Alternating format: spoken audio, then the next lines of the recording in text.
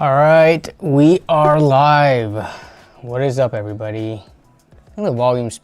Give me 1 second, I need to turn down the volume.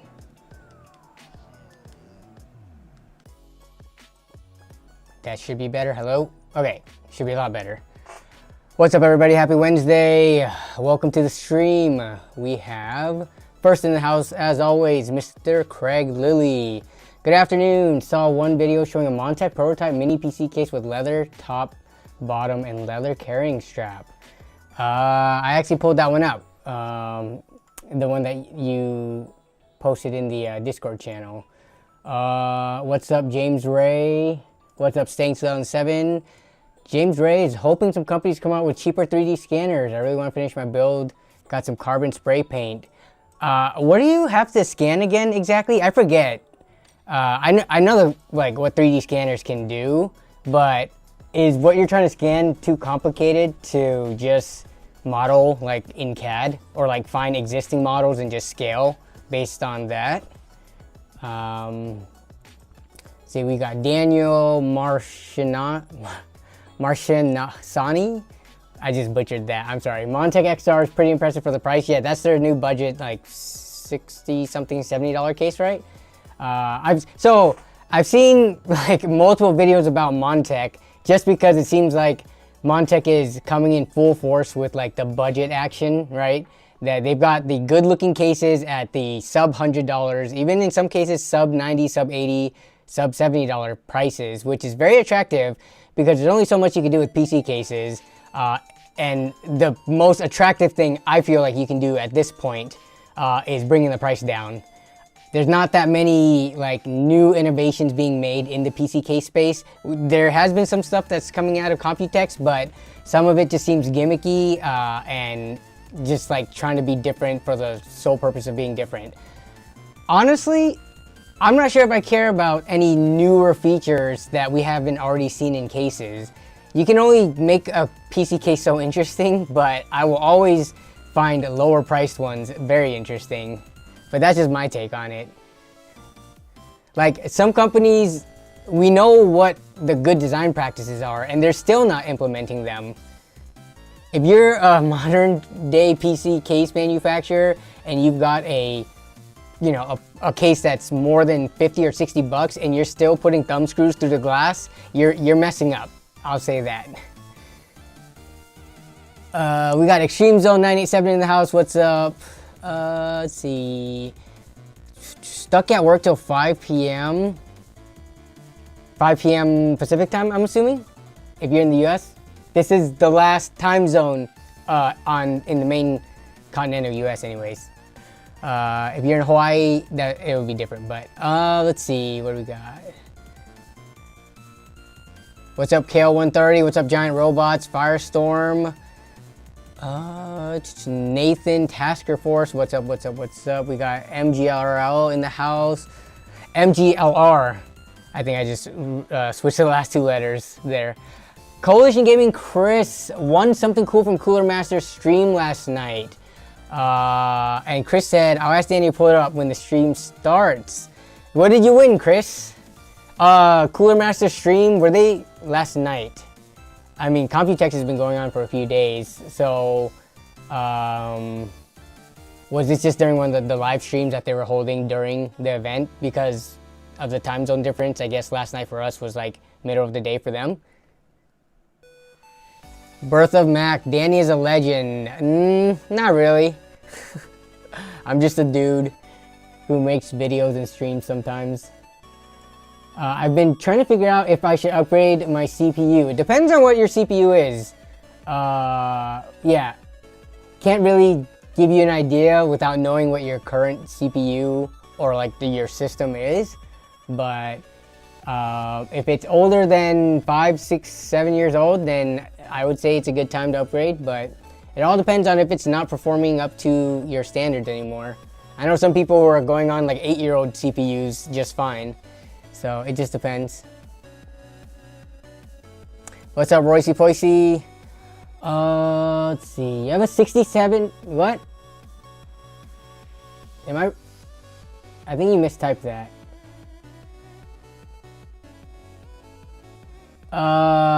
So you have a 6750 XT. I'm assuming you don't actually have an i5 2400 like Sandy Bridge era. I'm assuming that was supposed to be 12400F. And your question was, I've been trying to figure out if you should upgrade your CPU. No, 12400F and 6750 XT is fine. I don't think you'll see much gains from going above a 12400F given your graphics card.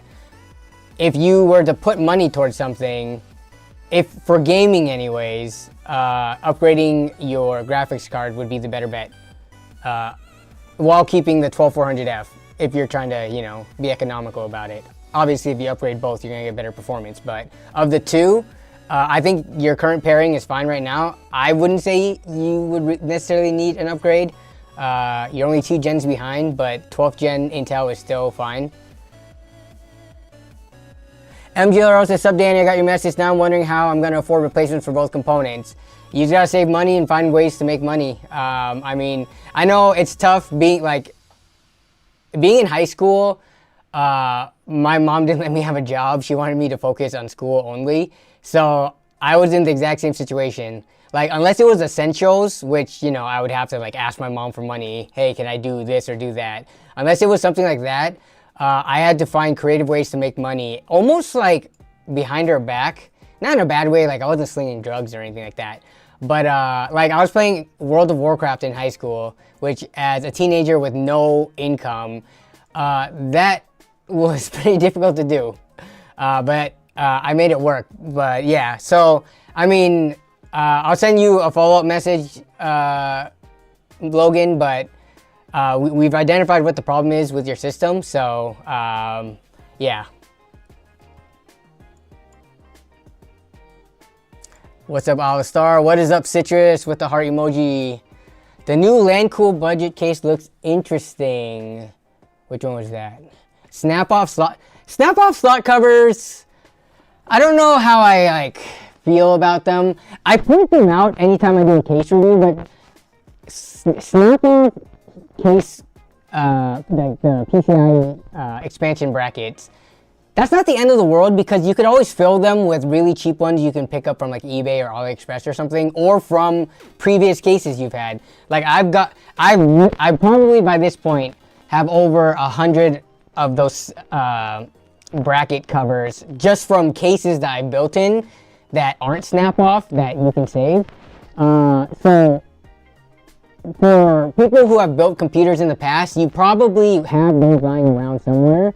So if you ever need to fill them in for the cases that are snap-off, then it's not that big of an issue. But yeah, if it's your first PC build, it's not even a big of an issue either, because you're not gonna, you snap it off, you put your graphics card in. How often are you gonna remove your graphics card and want to replace those brackets? Like, that's something that, it's a sign of a cheap case, but functionality-wise, it's actually not that big of a problem. You could argue like, oh, there's more room for dust to get in the system and things like that, but I mean, you've got holes all over your PC regardless. Like, you're gonna, oh, Mike, no, what happened? Sorry guys, I'm getting caught up. Mike is going dull. What was it? Just going into my neck? Oh, do I have to put on my glasses? Okay. Why is the mic having issues these last few streams? Is this better? It's because, I think it's because it was going right into my neck. Yeah, that's why. Okay, we're doing the cab driver Bluetooth look, like with the side piece on the side of the head. Yeah, I'm sorry about that, guys. It took me a while to get caught up on chat because I was like way in the back, trying to get caught up. But people are saying, liking all the Montec cases so far. Let's see. One, the master hub they've been showing. Okay, so let me pull this up. And let's see, master hub. Cooler Master Hub. What is this thing? So Chris just won this. Oh! So this is like a Stream Deck thingy with like multiple knobs and dials and buttons. Okay. How much is this thing going for? Is this even for sale yet? I mean, it's another thing for you to review on your channel since you specialize in streaming peripherals. Master Hub. Wait up. So we've been seeing this in CES, or when was this? May 30th? Was this COMPUTEX of last year? 2023 on Paul's channel. Cooler Master January 2024. Is this thing even has this been available yet?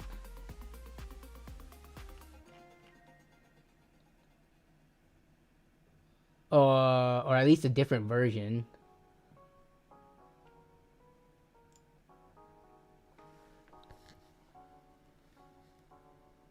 Roycey Poisey says, I bought an EVGA 3080 for the win for 200 bucks. One of the best deals I've ever gotten. That is an amazing price. 3080? Those are still going for like 400, 450. That's essentially half price. That's the price of like an RX 6600 or 6600 XT or 3060. That's how much those are going for, 200 bucks. To get up to the tier of 3080 for 200, nice. How did you snag that deal? Where'd you pick it up from? Which platform? Hey, what's up, Zach? It goes well. Zach, were you ever in the running, or not in the running, but were you attempting to make it to COMPUTEX this year at all? Or is it because of, you know, family and the kids and stuff like that, it's just not in the cards for a while? Yeah, for COMPUTEX, it just worked out that I'm glad I called it quits for trying to go early, because we had something very important.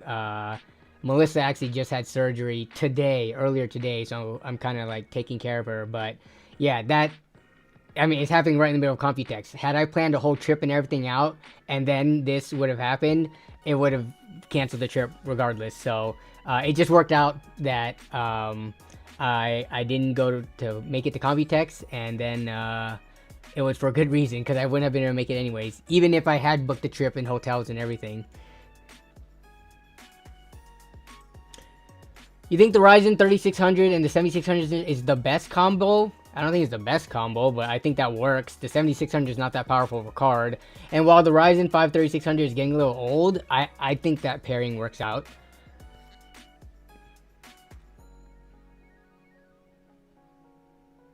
What's up, Big Toe 9800? Danny, your mom says you're grounded after hearing about the WoW stuff behind her back, lol. Nah, man. I think at the end of the day, you know, with how me and my brother both turned out, my brother was way more disciplined and a hard worker than me.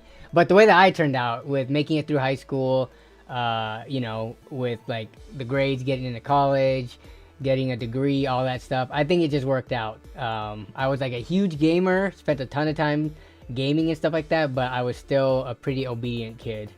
I just did some stuff behind her back because, you know, all kids do that kind of stuff. When's the next LAN party? Says Jonathan M with the $2 super chat. Thank you. Also, did I miss the thing? Did it pop? Okay, there it is. I'll make it play again. But next LAN party, we haven't set a firm date yet, but likely in late August, early September. But yeah.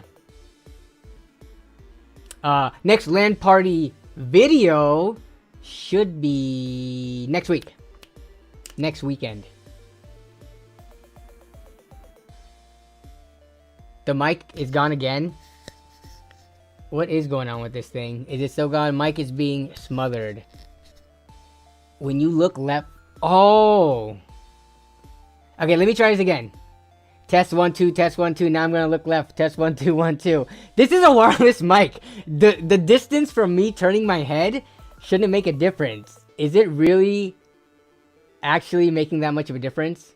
If it is, I'm just gonna go back to the wired mic, because yeah, I mean, I've testes 1 2 3 exactly. Let me know if the mic goes jank again, because I have no idea what's going on.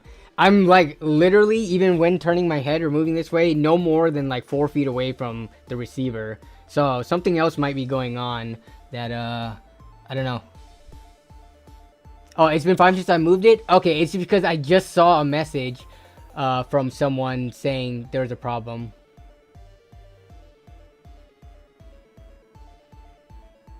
What's up, Shauner? Wait, did we get a response from Zach regarding his?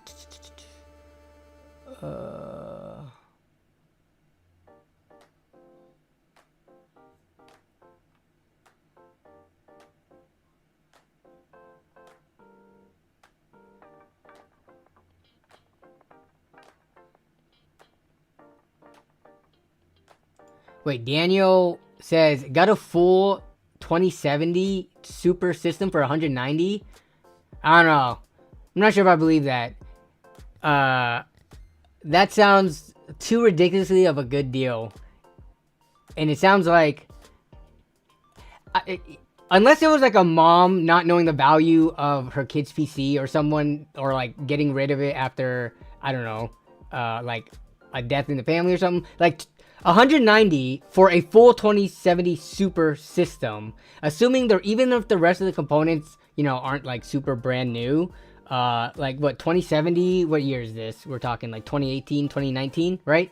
Parts around that time frame, if you have a full system with RAM, SSD, motherboard, case, everything, power supply, 190 just sounds either fake, or like it was stolen, or person literally did not know the value of it. But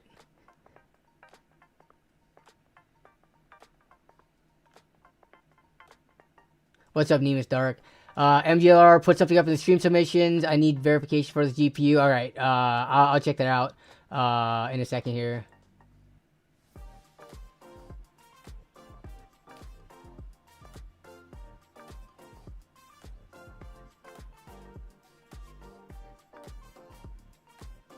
Oh no, I don't need proof. I'm just saying it doesn't, like, I'm trying to figure out what is running through somebody's mind to sell a system that cheap, which I know there's good deals to be had everywhere, but a 2070 super fully built out system, I'm thinking selling it for 190, that's well below like even 50% of its value.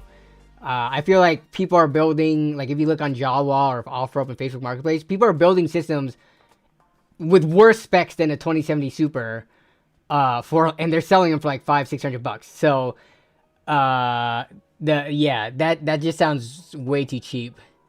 I mean, it's a good deal for you, and I guess regardless, right? I guess, how would you guys feel if you bought something that seems like it was stolen, but you have no way to prove that it was stolen? It's just way too cheap. Like it fell off the back of a truck type of deal, right?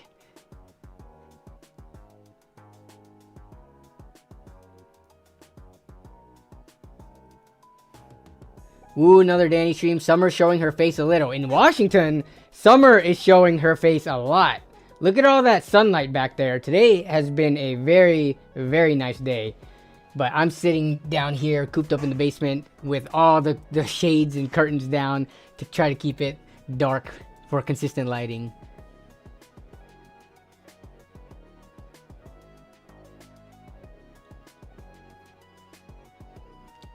It was originally 1,000.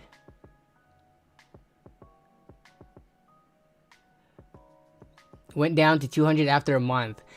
That, you see what I'm talking about? That just doesn't make sense. Like, when something you list doesn't sell for 1,000, normally you'll like maybe set it down to 900, maybe 800, maybe 700, 600. You could move something like that so quickly, even for like $400 or $500. So this person must not care about money if they're just like, I need to get rid of this thing as soon as possible, and is taking $190 for it. That's crazy. Oh wait, did you post it somewhere? Let me take a look. Oh, this thing right here? Okay, what is this? What are we looking at right here? GeForce RTX Super Intel Core. Okay, so yeah, 90. Here, let me move this. So it's got a. Okay, I'm trying to zoom in and show more.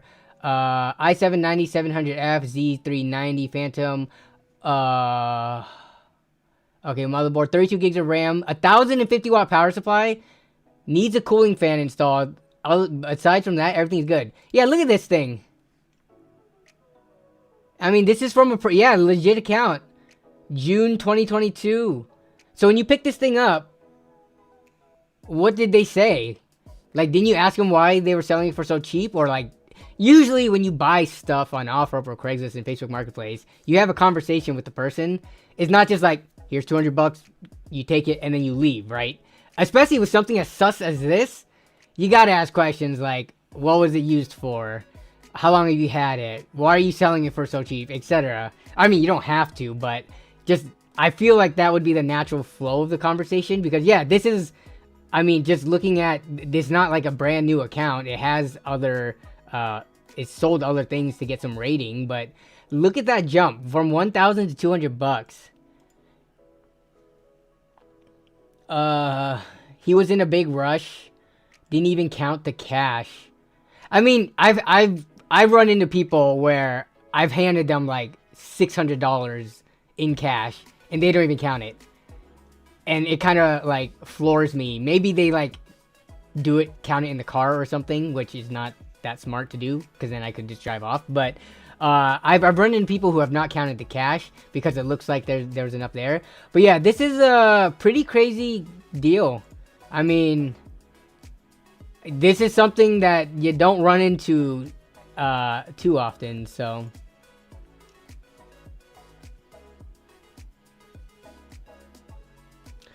Chris says, offered to buy a GPU out of a system once.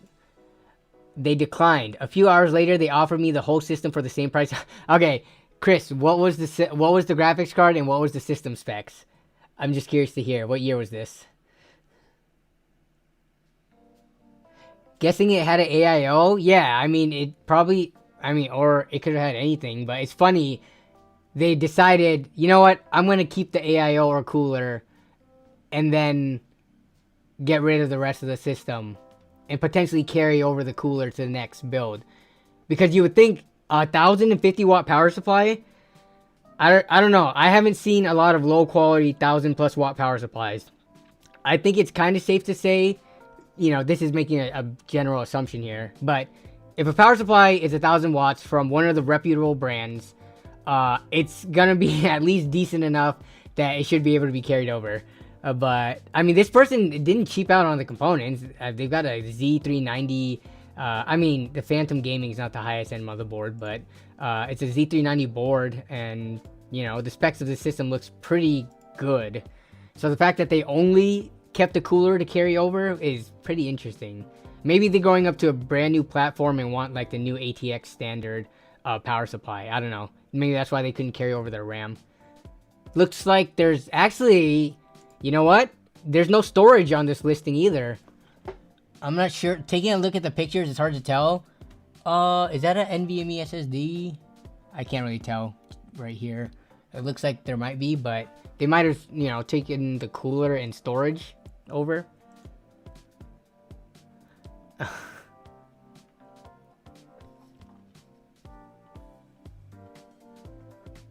To be honest, I don't really count cash when I sell something either. I just trust the other person and then count it when I'm actually spending it. Oh man. I mean, yeah. I think most of the time you would be safe because someone's gotta, like, people would have to have some pretty big balls to intentionally hand you the wrong amount of money. You know? Because they should assume you're gonna count it. So they don't want to look like, you know, they're trying to scam you. But I mean, I'm sure it happened, and then they could say, oh, my bad, I thought I counted it right. But whatever. 2015, they didn't know what CPU. Turned out it was a 6300 16 gigs RAM. So you were buying a GTX 670 in 2015 for 180 bucks.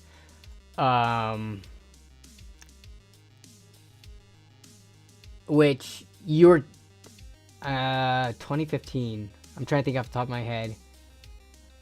That sounds about right.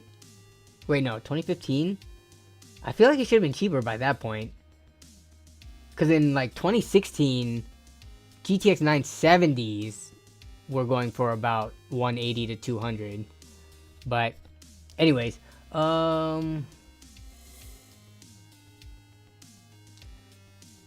yeah, count the cash there. Most people are good. Always play it safe. Yeah. I count the money coming. Yeah, yeah. I count the money coming out of the ATMs. How do you know that? I mean, it's never been wrong, but you know, they might flip it wrong in something, and then what are you gonna do at that point? I guess if you count the money coming out of the ATM and it was wrong, what can you even do? Assuming you went to like just a standalone ATM machine and not to a bank when it's open.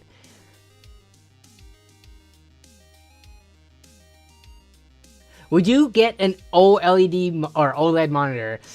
I'm probably not gonna get one for a while just because of the price. For me, there's other things that's more important than it, like screen real estate, refresh rate, and price. In terms of like the color quality and brightness and stuff like that, I mean, it's nice to have, but I haven't experienced it full time yet. So it's kind of like one of those things where like, until you open Pandora's box, then you can't like put it back in once it's let out, right? I have not sat and day-to-day used a OLED monitor to the point where I'm like, okay, I can't go back to a regular monitor. So yeah, I don't like feel the need to anytime soon. I'm enjoying my, you know, 34-inch ultra wide 1440p 144 hertz monitor just fine. But yeah, OLEDs.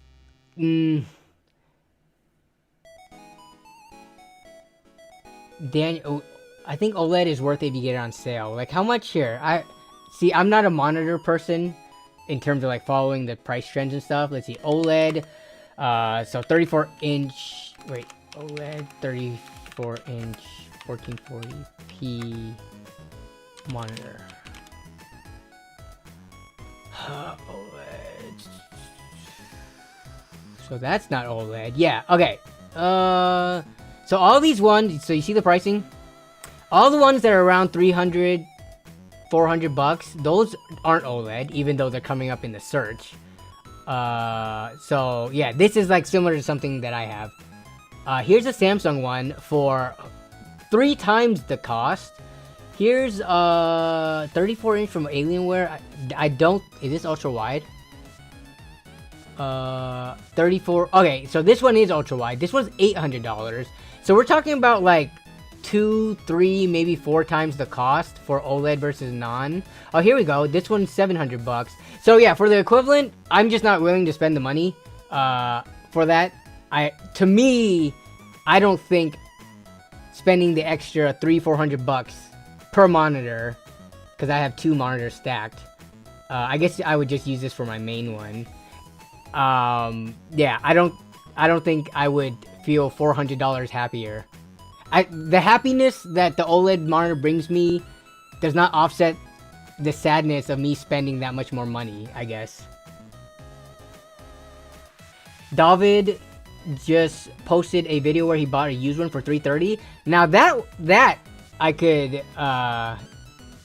could see myself doing, because I mean, used monitor versus new, whatever. Once it's used for a year, what's the difference between being used for that versus, you know, a couple of years? But for $330, I mean, was that a lucky find? I don't know what the used OLED monitor market looks like, but if that was a lucky find, then that's good for him. But if it wasn't, then I might have to look into that. Will a 7900 GRE work? It will work with your 12400F. But what are you trying to do? What resolution do you play at?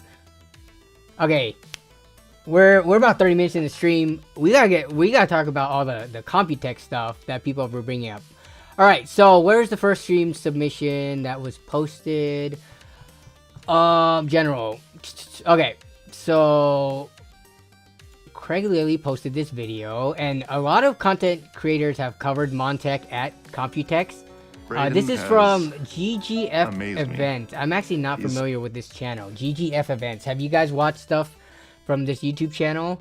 I mean, they're pretty, you know, decently sized, 200k plus subscribers.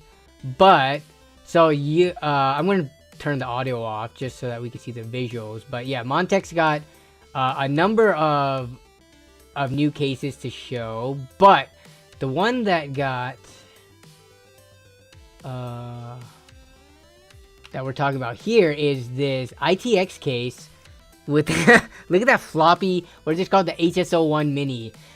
Estimated MSRP 95, so under $100, which actually isn't bad for, I mean, this is probably not real leather. I'm assuming it's like faux leather. But I mean, case got handles and it's got kind of a more unique look to it. One set of colorway for this. It's not real leather. It is PU leather.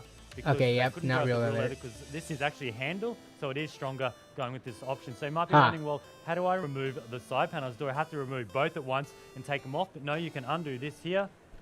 I actually haven't done this yet, so bear in mind. Oh, okay. I would have thought removing the side panel had to do with these two thumb screws in the back, but like okay, this. let's see what's happening like here. That. Okay, so you remove that. Oh, and then you remove the thumb screws in the back. Yeah. Straight out like so, and then that is how you. Aha! Okay. Looking at that, would anyone question the like structural integrity of this?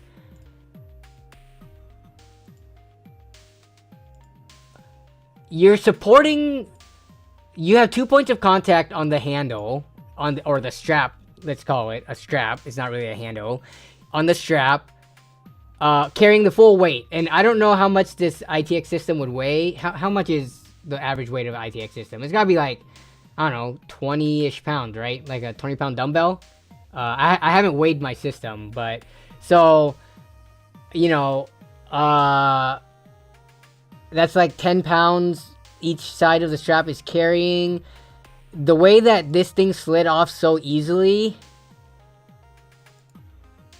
I don't know, that just doesn't look like too safe. Usually when you have handles on cases like this, they are attached to like a sturdy, rigid part of the chassis, like the top frame, right? That doesn't get removed, that's riveted or bolted in.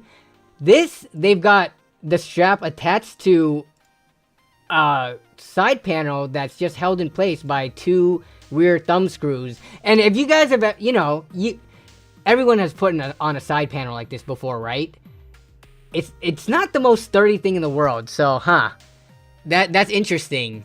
I mean, this thing is, I mean, I would imagine they had to do testing on it, but to me that was just looked kind of questionable. Oof, they had to put the PSU in the front to balance it. There's a number of cases that kind of do this type of PSU design. With ITX, unless you're going like the H2 200, 210 from like NZXT, where it's not even, you know, it becomes beyond the size of an ITX case, you have to be more creative with where you put the power supply. Yeah, putting a power supply, trying to put it below would make it so that the case becomes taller and then it's closer to the size of a micro ATX. Putting it on the rear side makes it a dual chamber, but then it becomes like extra wide and has a big footprint. There's always, like, in a lot of cases, if you look at the designs, there's like so much room in front, like between where the motherboard and the front fans sit. There's always like this empty space, which I guess you could use for like a reservoir or something like that if you do custom liquid cooling. But yeah, I mean, it makes sense why the power supply goes here if you're trying to save on space. But I have nightmares about side panels. Mine shattered the first time I opened it. Just from opening it, or did you drop it on like a granite countertop? It has slots that the side slides into the top and bottom frames. Let's see. I think they told content creators not to lift it up by the handle. Okay, that makes more sense. And then, or the strap. I feel like if you're gonna put a strap or a handle on a PC case, you should be able to lift it up by just that and not have to support the bottom. Obviously, best practice, to be safe, always lift it by the bottom. But worst case scenario, you know, it should be able to support the weight without it. Just because I think that's what people are gonna naturally do. But I mean, either way, I think it's a good looking case, just based on what I've seen so far. I mean, I dig the straps. I think I dig more cases with just, you know, the standard like lunch pail style handle on top. But I mean, they're trying something different, so can't knock them for that. This is a clean looking build too. They've got their own, I think that's the Montech or that's a Montech PSU.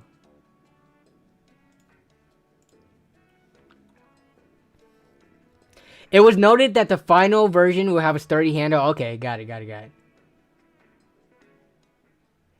What's the Gear Seekers one? Okay, so don't lift it by the strap. Interesting.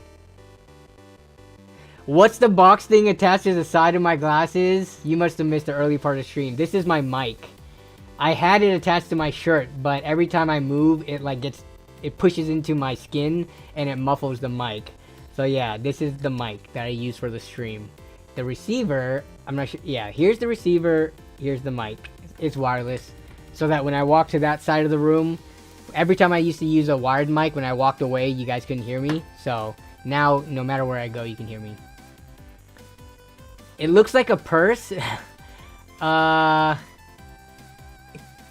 I can see that. Kind of does.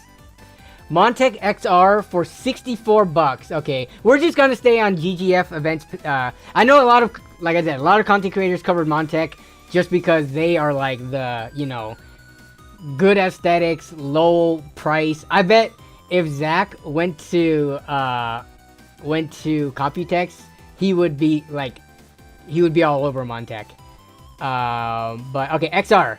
So here's the XR case. Let's see what we got about it. Audible. They are the XR. I'm not sure where they came up with that name. All right, we've got 63.9. Why not just call it 64 bucks? Or even round it up to 65. I think that'll be okay. The XR. These two are exactly the same inside. They're just a little bit different on the outside. So this one retails for 63 US. This one retails for 69. So the main difference for the extra few bucks for this one, you get one extra fan, and then you also get the wood accents on the wood. Okay, we gotta do a poll. It looks like a Louis Vuitton purse. Yeah. Sorry, poll. Wood on PC cases. Love it. Like it.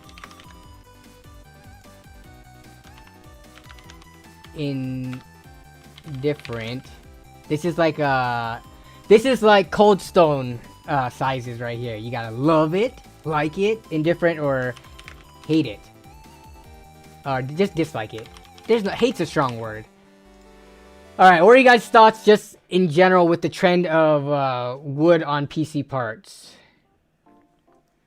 Because we are seeing it front. The wood more and I more. think it's like a black walnut, something like that. It does look like it's a non-stained wood material, but it is real wood, and it does look pretty cool. It just gives it a nice, appealing look to the front.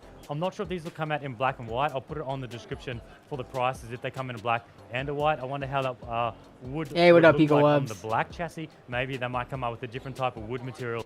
Okay, and then we gotta run another poll. Alright, we're seeing, okay. I was thinking more people would like it or love it, but indifferent is getting quite a bit. I would say I'm indifferent too. I'm not crazy about the wood theme stuff. Maybe it's because my own personal setup doesn't have like, you know, natural wood types of aesthetics to it. My setup's just like black stuff, black everything, just plain black tabletops, black monitor arm, mic arms, black PC case, black shelves. Yeah, like. I built a PC around it. Yeah, I remember. You love the wood trend. You think that has anything to do with your love for the wilderness and hunting and stuff, genre? I'm not into it. Says you too nosy. I'd say I'm indifferent. But I think the fact that we're seeing it in the budget range now, as opposed to the more like higher end or nicer cases, because like okay, so you've got the Fractal North, which I don't know if that's the first one that integrated wood, but I would say it was one that really helped popularize it. But then you have Corsair also selling for some of their case variants like some wood panels that you could switch and swap on, but those are kind of like more premium cases, right? Now that we're seeing it literally in the budget segment in cases that, I mean, look, 65 bucks filled out with fans and with some wood accents. I think that's nice to see. Like, it's not just a premium-y thing anymore.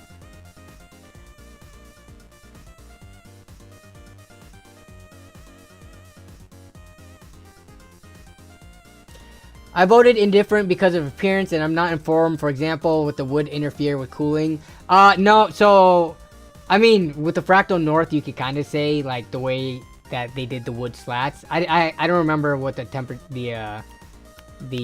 what's it called?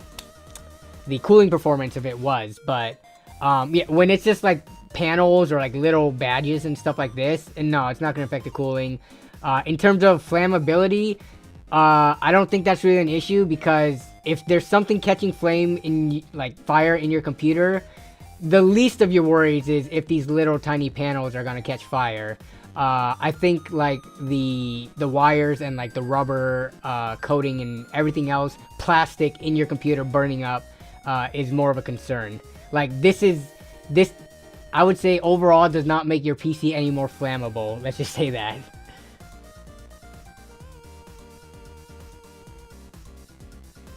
Indifferent, says Chase Atwood. It's all about the aesthetic you want your setup to have, to each their own. Yeah.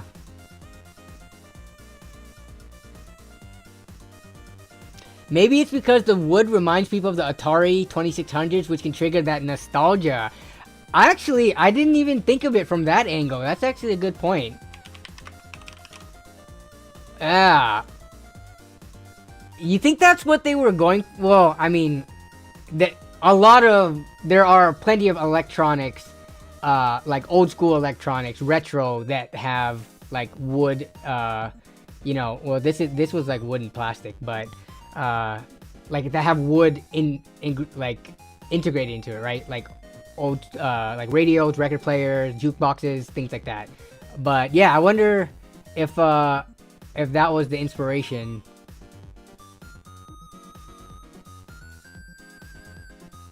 Hey, what's up, Chemical Aid? It's nice for aesthetics, but I wish the rest of the case fit with the wood. I mean, I feel like that might be the trend. Slowly, we might start seeing wood integrated into like memory modules, SSD covers. Does that exist yet? I mean, it might, and I might just be uninformed. But if it doesn't exist yet, then I'm calling it now. Wood, you know how they have like those RAM covers that you could buy to like make plain looking RAM have RGB and stuff. So like RAM covers, SSD covers, panels on what's it called, like tower style coolers, frames on fans. I mean, I feel like wood is going to be integrated into more PC parts as we go on. I think that's a pretty easy prediction to make. Not wood fans, but like the frame, obviously. Actually, maybe. No, I don't think so. That durability wise, a fan spinning at whatever RPMs for a long time, I don't know if that's a good idea. But the frame that it sits in, that could be doable, I would think. But yeah.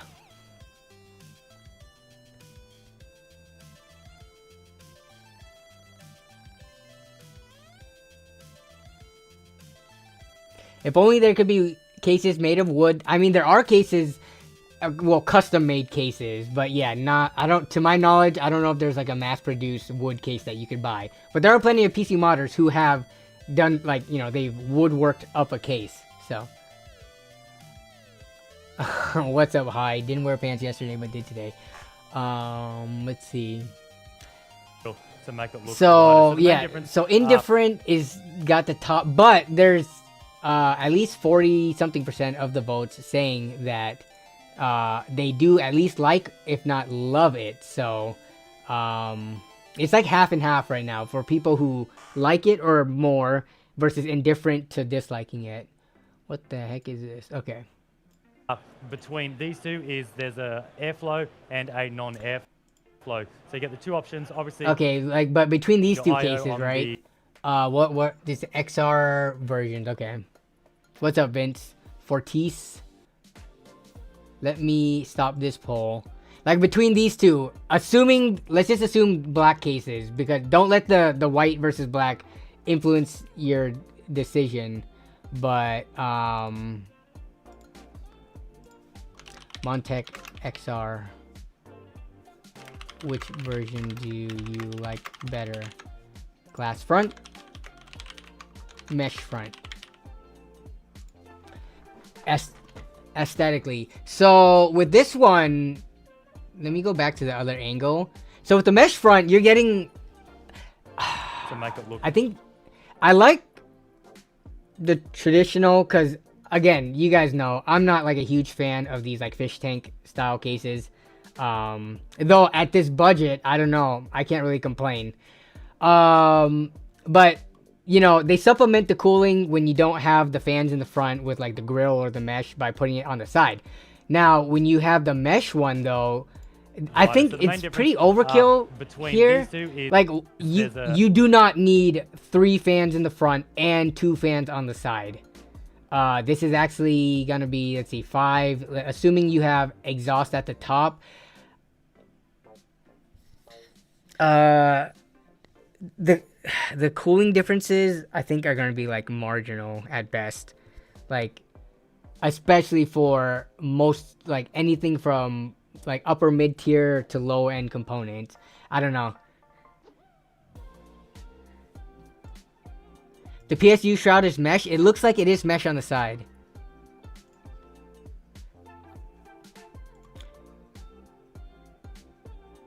Glass. Well, see, Pico Wubs. Glass airflow goes against what you know about airflow, but it's not like they don't have intake fans. They have it here. Sure, it has to do like kind of a 90-degree bend, but I mean, I would like to see the temperature differences between these two cases. I would imagine it's not that much for like a standard, let's just say like, I don't know, $1,000 to $1,500 build.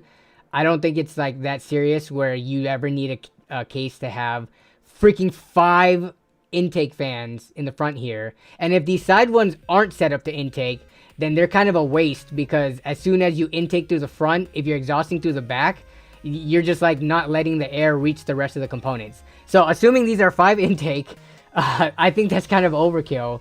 So yeah, I don't know why they felt the need. This is just to give options.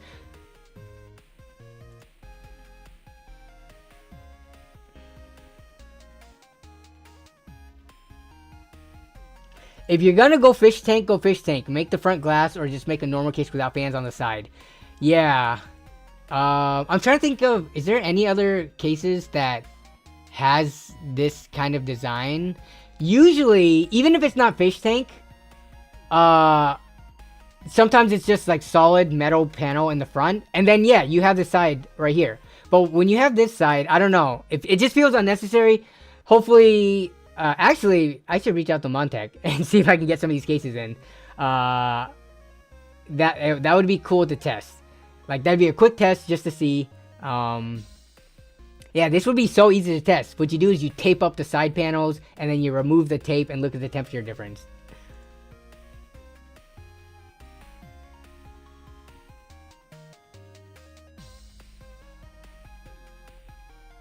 The Corsair 5000D is like that. Alright, let me take a look at this. Yeah, because it has that extra room, right? The 4000D doesn't, because it is... here we go. So you got that on the side, and then you have that in the front. So let me try to think of a solution. How would you fill this thing? So let's say you put a radiator... So you put normal fans in front, but radiator on the side. You bring in fresh air, right, and then right through the radiator. Yeah, see, when you do this, I'm trying to figure out like what the best cooling configuration would be. If you have intake front, exhaust side, you're getting rid of so much fresh air that doesn't let it go to the rest of the case. And here, I mean, where else are you going to get fresh air from? The rear is going to be exhaust for sure, and usually top's exhaust. So if you set intake though in the front, then you're getting a mix of fresh air in the front and then kind of warm air that's gone through the radiator. So yeah, I don't know. Lots of different configurations, but at the end of the day, I still think like the performance differences isn't going to be major. Like, I can't see this thing changing like 10 degrees or something at your GPU or CPU. Maybe like 5 degrees. But unless you're like operating at like, you know, 100 or 95 degrees, if you're just like in the 60s and 70s, that's not that big of a deal.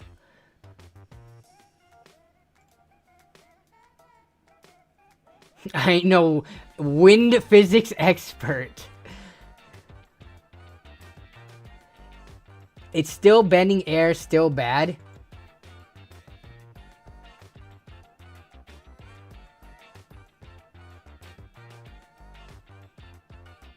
One of my LAN guys has that case with rad on top as exhaust and intake on front and side. That, yeah, I mean, I think that would be the play there. Air, the whole bending thing. I haven't like watched content in that for a while, but you're getting fresh air into the case.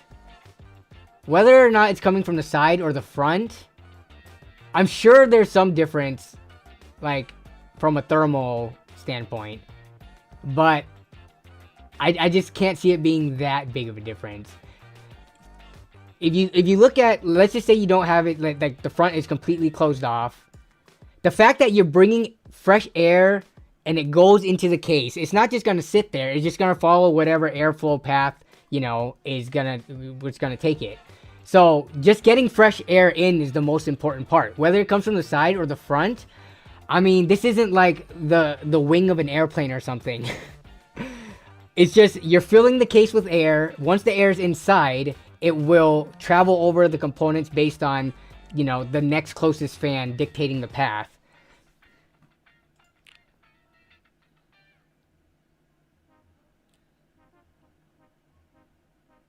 Air bending like Avatar. Yeah, the show wasn't that bad in my opinion. People are hating on the live action Last Airbender show. I thought it was as good as you can make a real life show. Like, of course the cartoon versions are going to be better. It's voice acted. You can do animations of stuff that you can't physically do in real life. And it had more seasons, like, to flesh out the story. But that's just my take on it. What are my thoughts on 120 AIOs?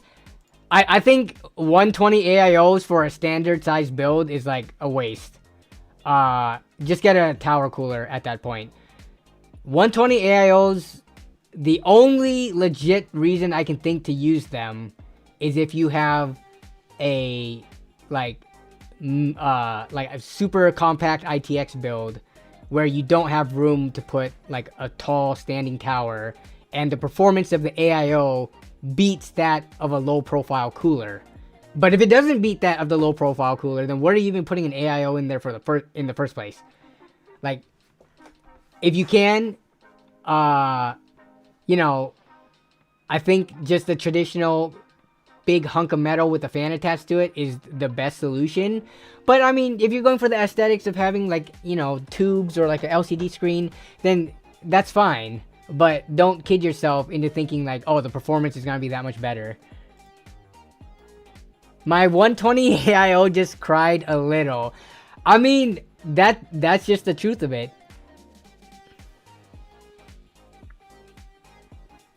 Okay, so Montech has got a bunch of cases, which, I mean, for the last few CESs and COMPUTEXs, I feel like Montech has been bringing it, you know, with the budget case game. Stream submissions. Yeah, we're gonna have to spend a lot of time in stream submissions today. Okay, let's see. What do we got here? Find audio. We got a Bitwit video.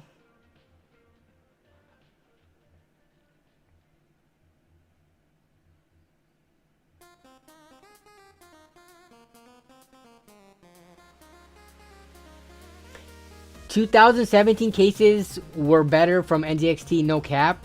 I think NZXT's got some stuff coming out. Has anyone covered NZXT at COMPUTEX yet? I know they're there, but I have not seen anything. Okay, let's see what we got. So what are we looking at for this one? Check out the Noctual CPU cooler. Okay, Noctual. And now we have a very polished version that is not going to warp over time. It is, of course, using a liquid crystal polymer fan blade so that it retains its shape over long periods of use. Liquid... Wait, what did he just say? Polymer fan blade so that it retains its shape over long periods of use. Has that ever been a problem? I'm trying to think of, have I ever had or seen any warping in fans for any type of cooler or any system, even if I didn't build a system but I worked on it, that someone bought? Like, fan warping.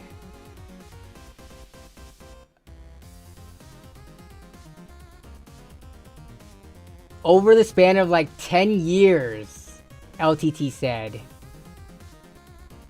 Dude.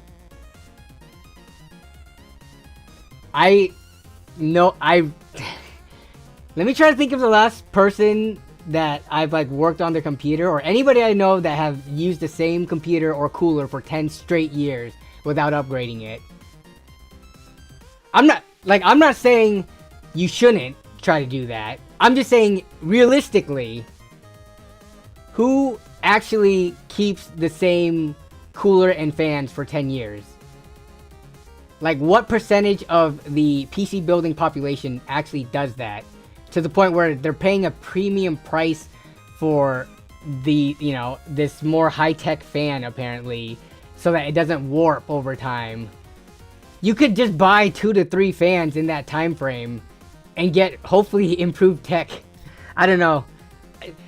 To me, just off the top of my head, obviously, like, I don't want to, like, just shoot everything down, but I'm feeling a little bit skeptical here. Is anyone else kind of, like, their BS meters kind of going off here? Or do you guys actually believe this is, like, a well-welcomed feature that provides a lot of value? I don't know.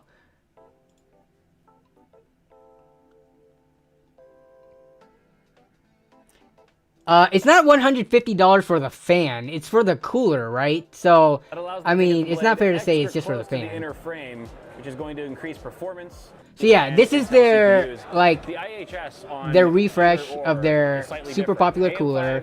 And it looks like they've made improvements with regards to the contact that it makes with the CPU, based on what I've seen. But these coolers aren't cheap. But then you've got a did they have the price tag on there? 3 different SKUs at launch. Even though all 3 models are actually going to be compatible with both AMD and Intel CPUs, the IHS on either or is slightly... I don't think anything Noctua is being bought by price to performance people anyways. Yeah, you're right. I think you're completely right. Like, they are for the really, like, kind of like higher end enthusiasts, min-maxing performance to acoustic noise type of performance. Different. AM5 chips are completely flat, right? Very flat IHS. But then you've got a concave design on the LGA 1700 chips. Not exactly sure why. No one's been able to confirm that with me. But that obviously means that the cold plate for coolers is going to be more, is generally going to favor one design more than the other. Standard heatsink and the LBC. A sweet spot area, so in order to accommodate that, then you can actually get a little bit more cooling potential. Okay. Actually, a lot more cooling potential with the offset option, along with the... Okay, Vince says, I've had 4 Noctua fans for 8 years. They still function and look new.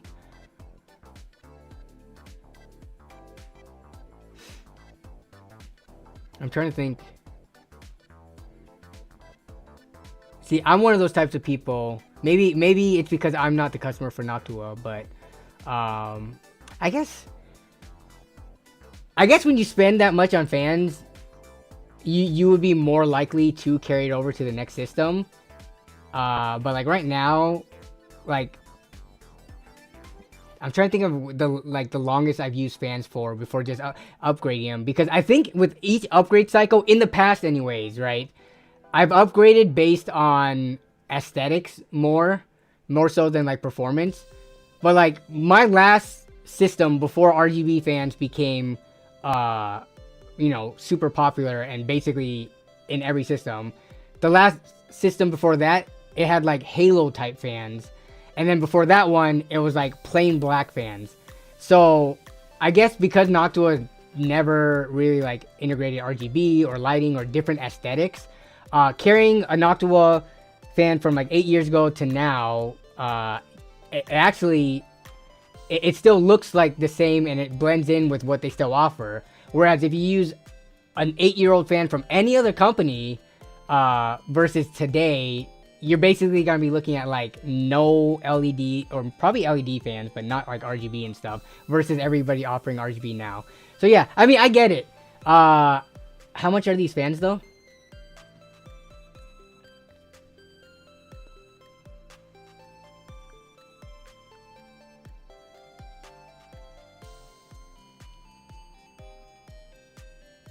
Noctua does keep, yeah. So that's one of the things that you get for like paying the premium too, right? I think, didn't Linus do a video on it recently? He what was it? He used a cooler. Yeah, he compared a cooler from like 10 years ago versus now. And if you have the original invoice, they will send you the mounting bracket, which I would hope so. If you've spent, you know, $100+ on an air cooler, they would have that kind of customer support. So.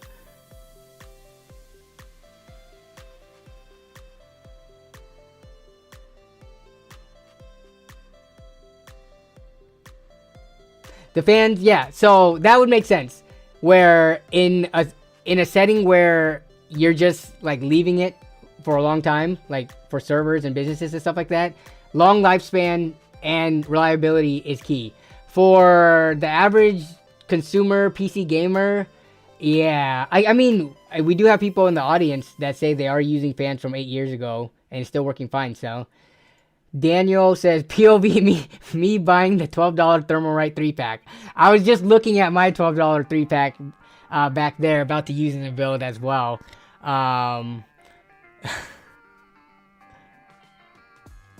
I've had Corsair fans the last 6 years with the LEDs going out before the fans did.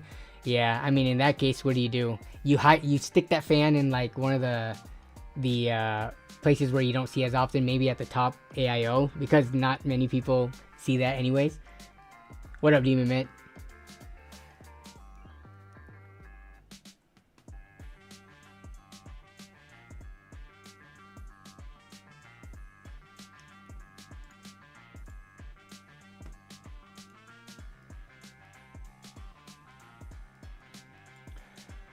Okay, let's see what else we got here. Anything else from COMPUTEX specifically?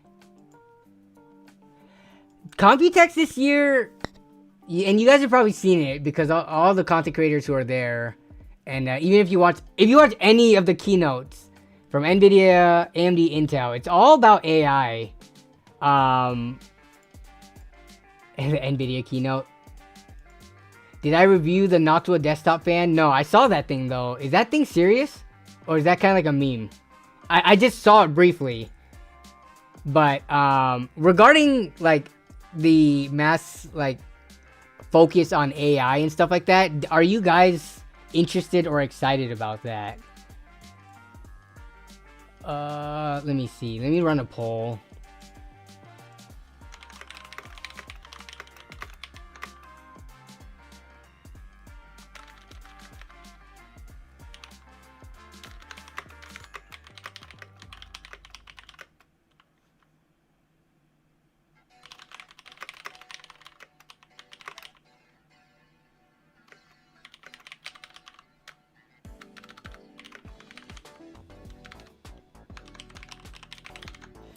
Yeah, okay. I mean, it's not just at COMPUTEX, it was at CES too. So, I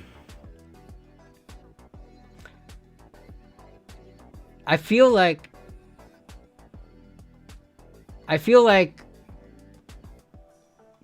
most gamers, unless it like directly benefits them, wouldn't care about AI. And a lot of the topics don't seem gaming centric, right? I mean, obviously COMPUTEX isn't just about like the gaming side of the PC industry. It's about the PC industry as a whole, which there's a lot more than just gaming, but AI, 81% of the votes so far says no. Let's see. Demon Mint has used Noctua fans, bought 6 years ago, still running them in your main rig. Demon Mint, what is your main rig again? Have you posted a picture of it? You might have posted it before. Can you repost it in the chat? I'm just curious to see what it looks like. Yeah, because if you're reusing the fans, I'm imagining you're going for a kind of minimalistic, sleek, non-RGB build. But yeah.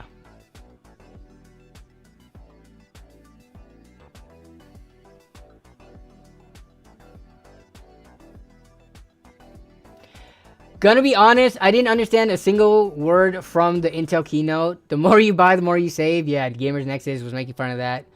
Noctua smoking crack for $100, says Loki. Okay, what is this Noctua desk fan? Bro, is this a Noctua desk fan finally released? Home line of products. What do we got going on here? Okay, so you got a fan, because we know they're good at fans. Home office multi-purpose ventilation. Okay, I'm not gonna lie. Today I needed a use for a fan. So I was using a and I freaking jerry-rigged up the most ghetto thing. Let me show you guys. Just because I want to laugh at the Noctua desk fan, but then I found myself doing this. Let me see if I can bring up my thing. Okay. So I needed a fan on my desk to cool a SSD that I put into an external SSD enclosure that was like transferring files to a laptop, and it was getting way too hot. Legitimately. So I had a fan, and I had to find one with Molex, because unless you have a fan hooked up to a system and stuff like that, it's not going to power on. But the quickest, easiest solution, because I had a drive that was running super hot on this enclosure, but it got to the point where I was throttling, and I was like, I need to cool this thing down, because the laptop, normally this is like sitting in a PC case where airflow will cool it down, but it's just sitting out here. So I was like, okay, I need a fan that could like sit in front of it that can actively cool it down. So then I had to hook up a power supply and plug it into the jumper, just to like, turn on this, and now the fan's gonna spin, and then that's gonna actively cool my SSD sitting there, right? So as I sit here wanting to make fun of the Noctua desk fan, if I had this desk fan in front of me, I could have cooled my SSD using it. Anyways, this fan, how much is this thing? That's what I care about the most. It was running hot even with a giant heatsink. Yeah, it was. I mean, a heatsink, if it just sits there with no airflow, it's gonna saturate in heat and then get as hot as the SSD. You have to move the heat. Like, just putting a heatsink only delays it from reaching whatever temperature. You have to like actively cool it. But okay, what is this fan?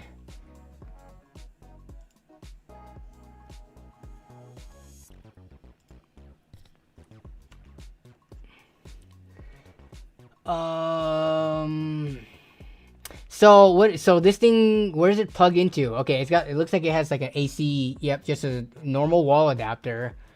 So it's a fan. What makes this any better? Aside from being from a company that's known for their like high-tech fans. Let's watch this product video. Actually, I'm gonna do it on YouTube so I can get it bigger.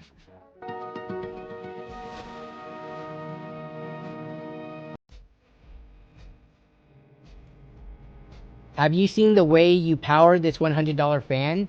I mean, by plugging into the wall? Oh wait. That was just based on the pictures I saw, but...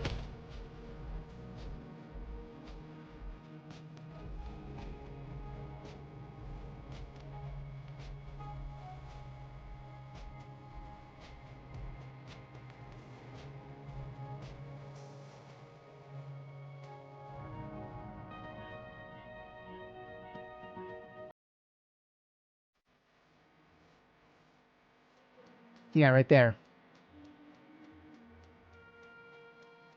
They did a good job of hiding the wires there.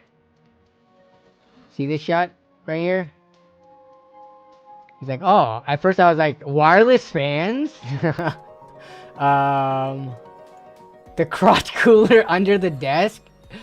Huh, okay. Do they have a price on this thing? Let me see. Amazon. EKE. Desk fan. How much do desk fans normally go for? USB desk fans.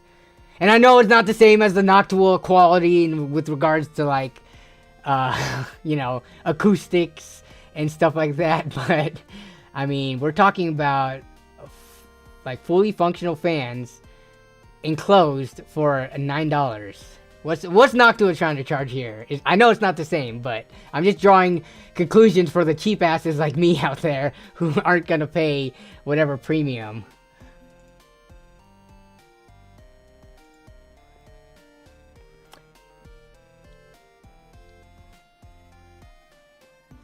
Pretty soon we'll have Noctua vacuums like Dyson did, only $2,000. See, Noctua home fan costs. And Lee, I saw your comment. I'm gonna get to it. We're just going on a little rant about these fans here. So it is $100 bucks.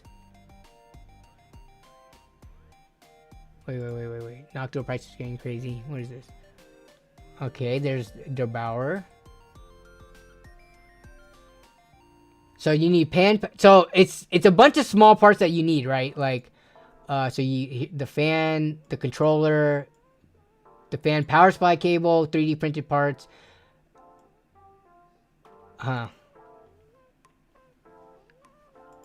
Well, you can use, it looks like this is, you can use any fan with it. You just attach it to this thingy, the frame, and then you can use whatever fan. So you can use it.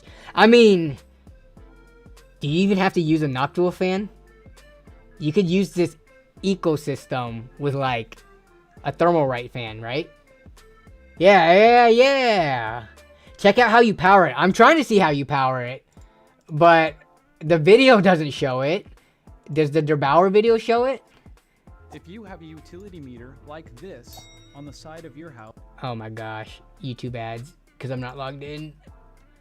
All right, where's the power? Power delivery, there you go. 4-pin header, this one obviously. Okay, so it's a normal fan header. It's basically an adapter cable to go into like a wall plug. Is that what you mean? Noctua also released the Shroud as a free download. Okay.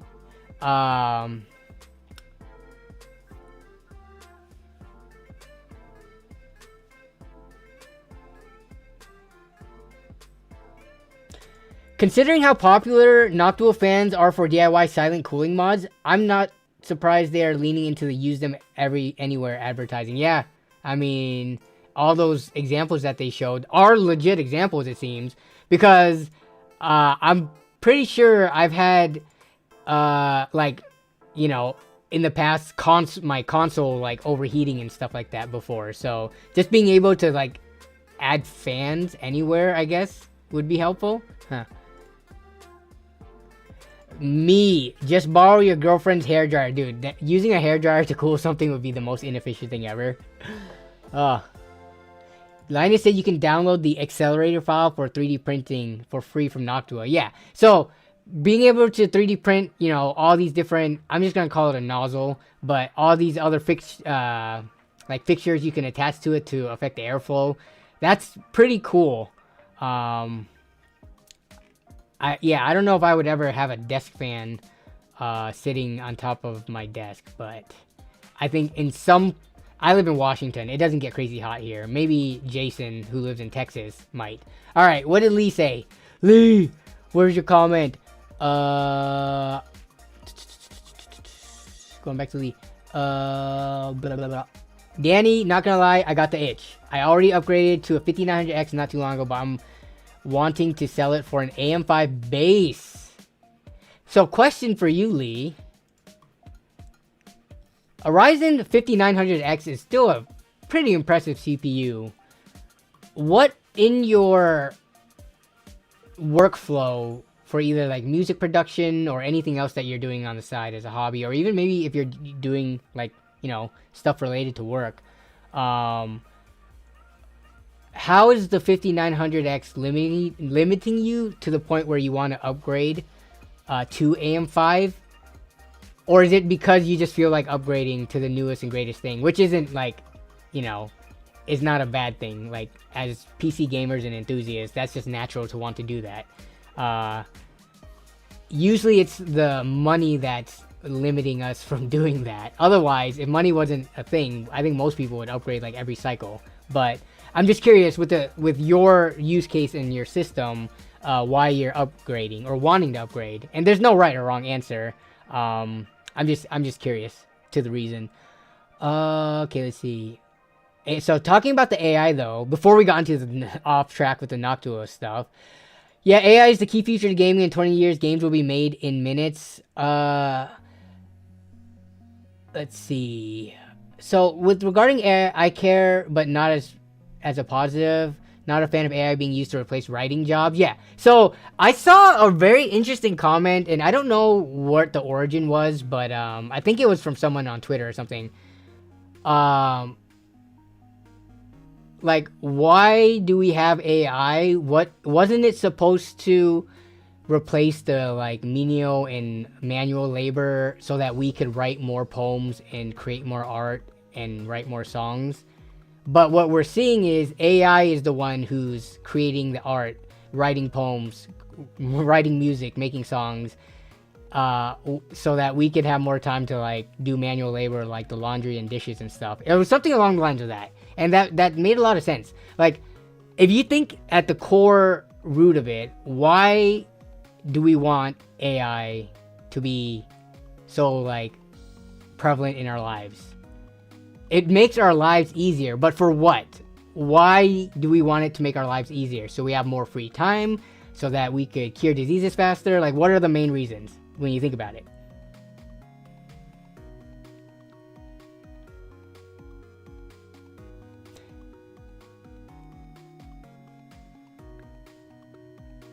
AI PC builder on Newegg? I mean, the ChatGPT can already attempt to do it, and it's only going to get better.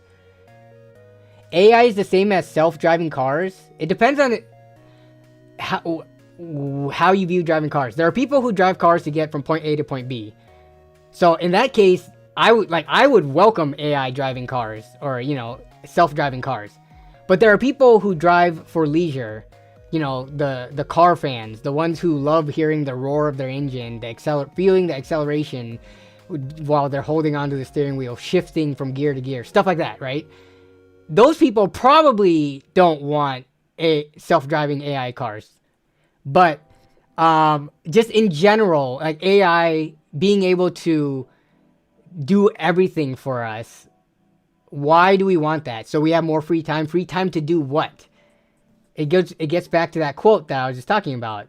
If I feel like a lot of people, they're trapped in their, you know, day-to-day 9-to-5 rat race job, and they say they don't have enough free time to do what they want to do, whatever that may be.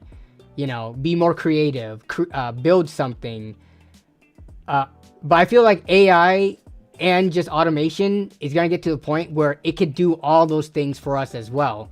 Like that free time that you wanted so that you could do a woodworking project, or so that you could paint an art piece, or, you know, do digital art or write a song. AI is going to be able to not only take over your job, but also take over all your hobbies and stuff too. The only thing that I couldn't think of, like, that AI would really take over was like exercising, right? Like, when it comes to what people do in their free time, AI could also take over all of that, except for like exercising. Like, AI is not going to be able to take over going to the gym and working out and hiking in terms of like completely being able to do it for you.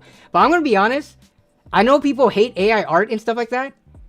A lot of the AI art that I've seen is straight up better than people who are still like, actually even people who have been doing their crafts for a long time. Unfortunately. iRobot is the future, sadly. AI Stream Deck. Can AI waste money on unnecessary PC upgrades? That's a good question. AI is going to steal your job, your girl, everything you love. We all going to be poor, and AI going to be rich. Well, I mean, all the movies that you watch regarding like the future and the future of AI and just robots and just in general, I think it's gonna, at least in our lifetime, assuming, you know, most of us are in our, you know, either teens, 20s, or even 30s, within the next 40 to 50 years, you know, most of us hopefully will still be alive. I think it's gonna just be a completely different world with how fast AI is evolving. Like, that we can't even imagine or picture what it's gonna be like. Not like to the point where Back to the Future in the 80s was like, oh, you're gonna be on hoverboards. Not like that kind of crazy, but with regards to how smart computers are gonna be, like it's gonna be scary.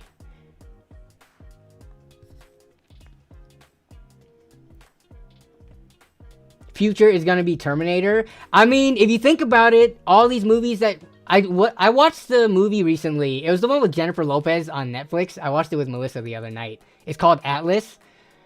And basically, the premise of that movie, like, I could imagine that happening in real life. AI is like, alright, humans are stupid. All they do is kill each other. Let's get rid of them and try to start over.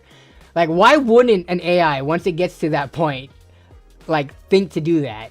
It is better than us in almost every single way.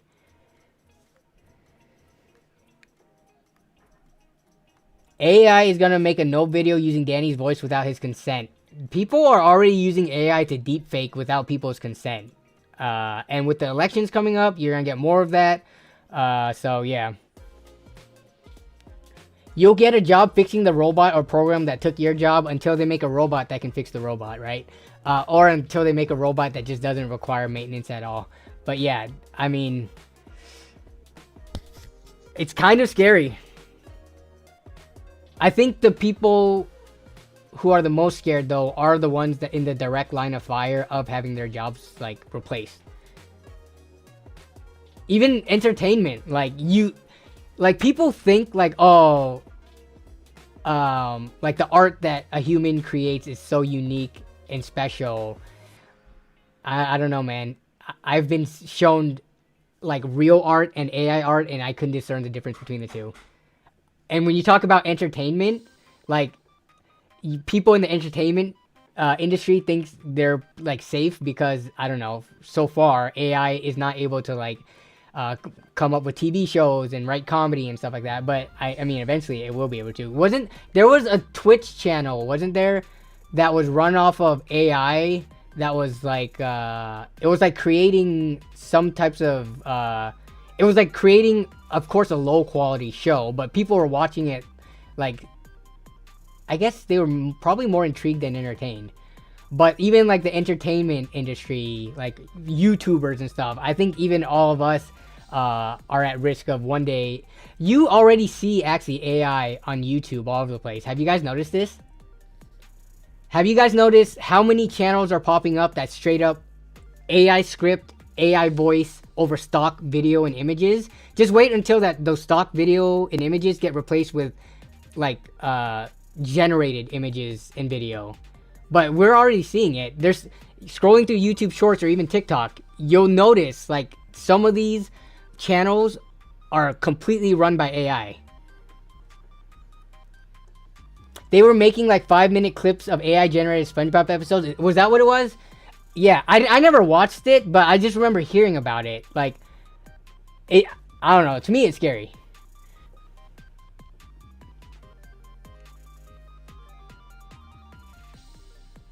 AI movie's gonna be nuts. Honestly, it is, because I think eventually when AI, like, you know, once it learns to be basically the same as a human and then transcends that, that's when it's gonna be crazy. But I think some of the initial early AI movies, because it's, you know, it's learning and training, it's gonna mimic a lot of what humans can already produce and make. But yeah.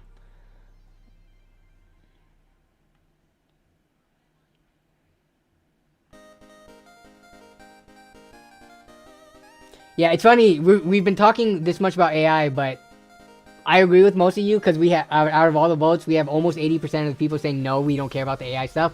I agree. I do not care too much about the AI stuff at COMPUTEX. If it was more balanced, then sure. But it's like, if it was like 50-50, like, you know, 50-50 consumer gamer, balanced with business AI, then sure. But it feels like it's so shifted and skewed towards like 80% AI, 20% consumers and gamers and stuff. But a lot of the AI stuff, unfortunately, is boring, even to me. I don't find it super interesting. There are some use cases that they showed, like the AMD keynote.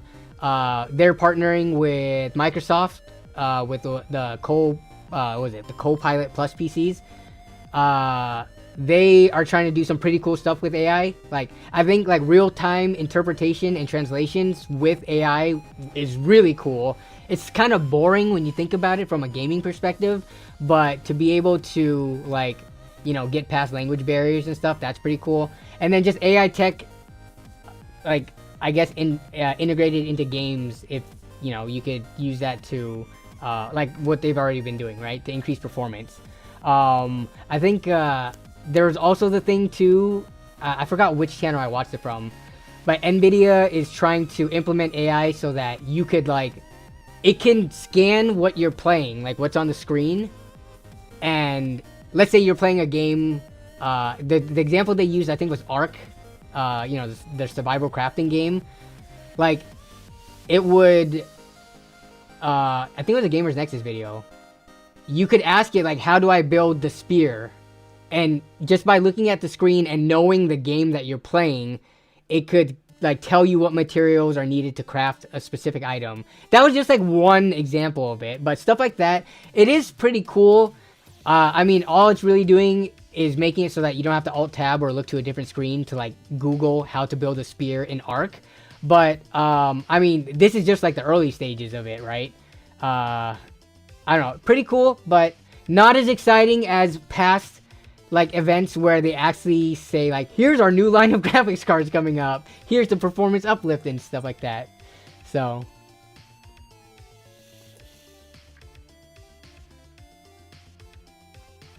all right, I missed a bunch of the chat.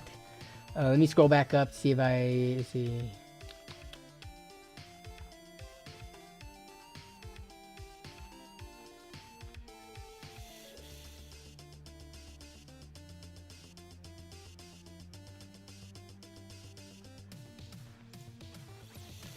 Can't wait for AI models.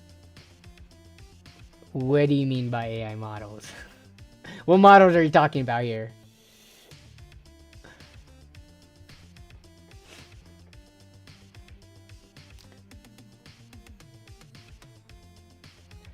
Oh, another thing that was pretty interesting was what's it called? NPUs. Just the talks around NPUs, neural processing units, which is pretty interesting, right? Because like, let's start with the CPU. Eventually they wanted better graphics performance than what a CPU could typically handle.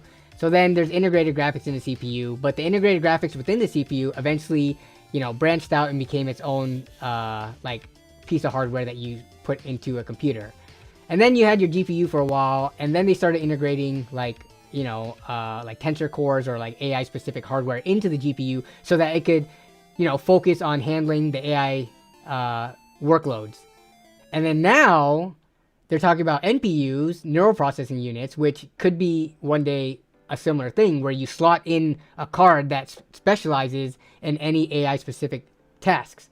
So now you've got like a third brain where you had your CPU, your graphics, and then now something that specifically handles like AI tasks, which, I mean, I don't know how close we are to seeing that in like consumer computers as opposed to just being integrated to graphics cards, because even AMD is hopping on, you know, the AI performance train for the graphics cards. But that, I thought that was just interesting to hear about. Like, imagine them producing hardware specifically that you could slot into your computer, and depending on how much you spent or what level of hardware it was, it has different capabilities for, you know, how much it could do in terms of like artificial intelligence. I don't know.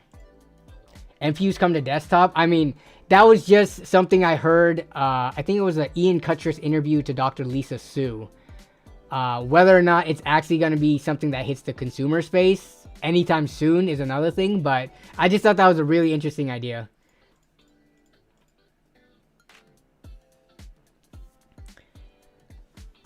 What's Lee asking? Lee with the real intellectual questions. What's he asking? You've always been budget-minded. How do you balance announcements / price drops with your desires or not to upgrade your personal rig? I usually don't have temptations to upgrade my own personal rigs because I think, you know, for the longest time growing up, for me, being able to game at all was even at, like, and I mentioned this in one of the recent videos, like, if you look at, like, the happiness scale, right? 0 happiness being not being able to play a game, 100% happiness being able to play the game at the full max setting, max resolution, max frame rates, perfect. And then just being able to play the game at all at low settings, on the happiness scale, that is way closer to the far end of the high-end tech than it is to not playing the game at all. So for me, if I have to turn down the graphic settings of games or play at, like, you know, so long as it's at least like 60 FPS or something, because I'm not a competitive gamer and I suck at shooters, as you can see from my Valorant footage. Yeah, like, I don't know. I just don't have a huge temptation to, like, feel the need to upgrade all the time.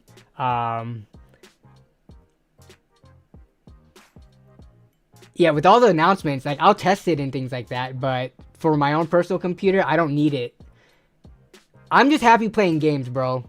Like, just get me in the game, you know. Okay, some of the textures don't look as good. The draw distance isn't as far.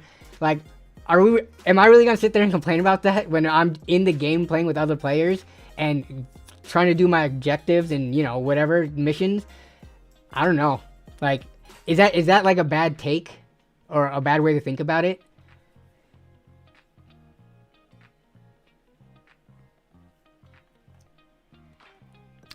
MGLR, I left the stream because I want to make use of limited time laptop. You missed it. Was the GPU a scam or not? We can take a look at that now. So MGLR is looking at replacing his GPU with potentially this GTX 960. Is this a scam or not? It doesn't look like a scam. Works from a pre-built, works perfectly clean. Let me know if you have any questions. And this is pretty nearby too. For 25 bucks. Okay, so it's been around for a month. If this thing is still available, I would try to talk it down to 15 or 20 bucks. This looks legit though. This is from this person from a 2019 account for, you know, with 9 reviews. Yeah, this looks legit. Especially if you're gonna meet up with the person. This is an OEM. Man, look at that. Blower style card. This looks legit. Yeah, 15 to 20 bucks offer is what I would do. But that would be a really good price for a GTX 960. Vince Fortnese is asking, how has using the Intel Arc GPU been? I mean, it's been good. I haven't had any crashes or any weird driver, like, bugs and stuff. Though, the thing I don't know, maybe it's just because I'm not used to it yet, but the Arc Control Center, it just doesn't feel as good. I think in terms of, like, software for, like, maintaining your graphics card, I think Adrenaline software is the best. And this isn't because I have any bias towards AMD or anything like that, but it's just Adrenaline software, because before Adrenaline, I forgot what they used to call it. They only changed it to Adrenaline and not even too long ago. But I think just going through and looking at, like, if you wanted to, like, change any of your settings, look at any of your performance metrics and stuff, I think that's way better than GeForce Experience has been. Even though I know NVIDIA is working to make GeForce Experience better. Then below that, you get Arc Control Center, which I get it. Intel is still new with the whole, you know, with their Arc line of cards and everything like that. But you don't, like, those aren't things that you go to that often. Maybe to do a driver update and then maybe to change a setting here and there. That would be like probably the biggest standout thing to me. Aside from that, the performance of the graphics card, it is what it is, right? I haven't noticed any like horrible performance in the specific games that I've been playing. But again, I don't play every single game there is out there. There are some games where day one Intel Arc cards don't perform that well until they get like the drivers for it.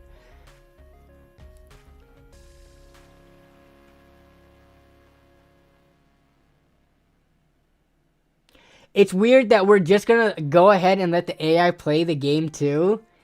If you think about it, people already enjoy watching other people play games. The only difference is there's a personality attached to it. So it wouldn't be that hard for the AI to play a game and have its own personality and voice talking. Like, there's gonna be AI streamers at some point in the future. Do you think AI streamers are going to be well received and popular, or do you think it's going to not be popular, no one's going to watch it? I think the day that AI streamers come about, people are going to love it and watch it. Mainly probably because of the interaction aspect of it, right? Like, what happens when you try to talk to it while it's playing a game? What can you make it do, etc. But that's already something that you could do with humans. It would just be emulating what already exists on Twitch, if that makes sense.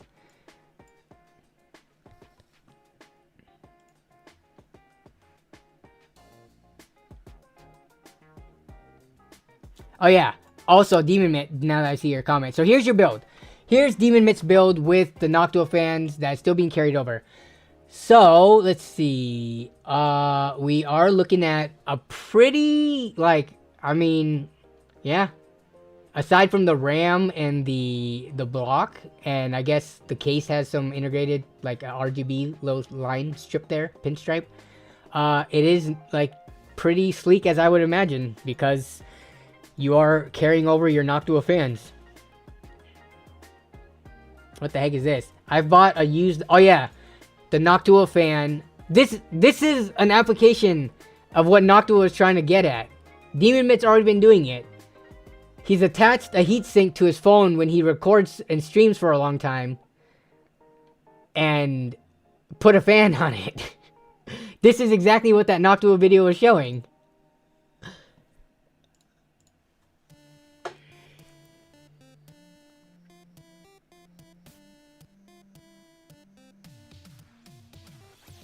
Imagine going back to running dual GPU again, so you have your gaming GPU and an AI accelerator like we used to for physics acceleration, or like how some people, it's not the same as running dual GPUs, but it's like putting in a, like a capture card or something. Like you put in another piece of hardware to do a specific task. And for the capture card, in that case, like streaming and recording at the same time without impacting your performance.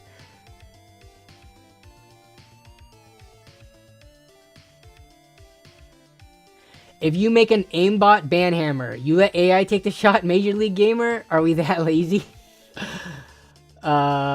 Wait, is there something about AI assisting with gaming and things like that? I haven't heard about that.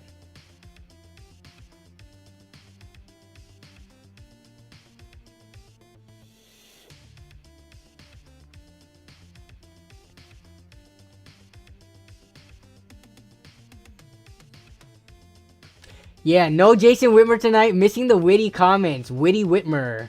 I know Jason had I think, was it a storm or a tornado or something? In one of his videos, he mentioned it about it knocked down his fence, but I'm sure, he's got a lot of stuff going on. Most adults do. Sometimes I find it crazy that you guys all have time to come watch me for a couple of hours every single Wednesday. I feel very blessed and honored that you make time in your day to come here and hang out, because I am not that important of a person, but the fact that you guys are here week in and week out, I do appreciate that, if I haven't shown enough appreciation towards you guys recently.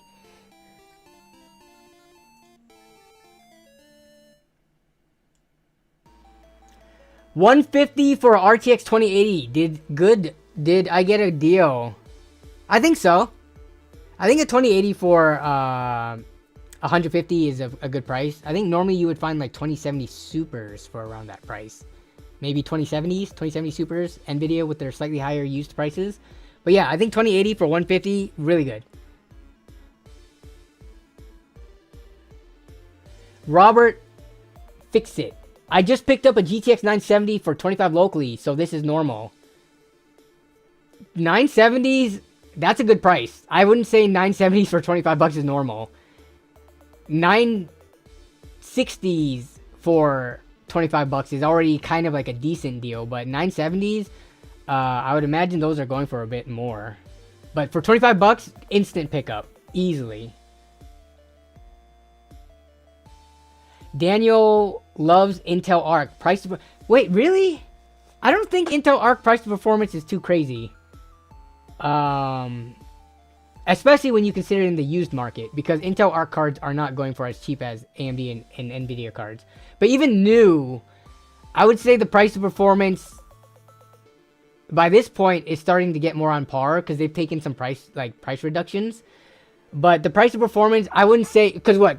An Intel Arc A770 right now is still going for like 300 bucks, maybe 280 or something. Let me see. Let's see. Newegg. What are A770s going for? Yeah, going for 280. So I feel like for 280, for the same price, unless you are specifically needing the 16 gigabytes of video memory for a specific use case, it's not like this is a 4K gaming card, or it's not too powerful of a 1440p gaming card. So the VRAM thing for me is not that big of a deal. I'm using the AV1 encoder for like streaming, but I don't know how many people care about that. So for 280 bucks, I mean, how much are 6700s going for? I feel like, I don't know, price to performance, AMD might still have it. So those are open box.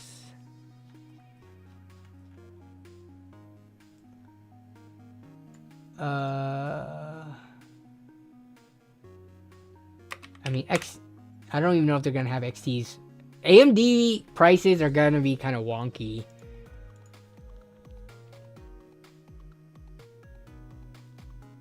So like 400 bucks, that's not right.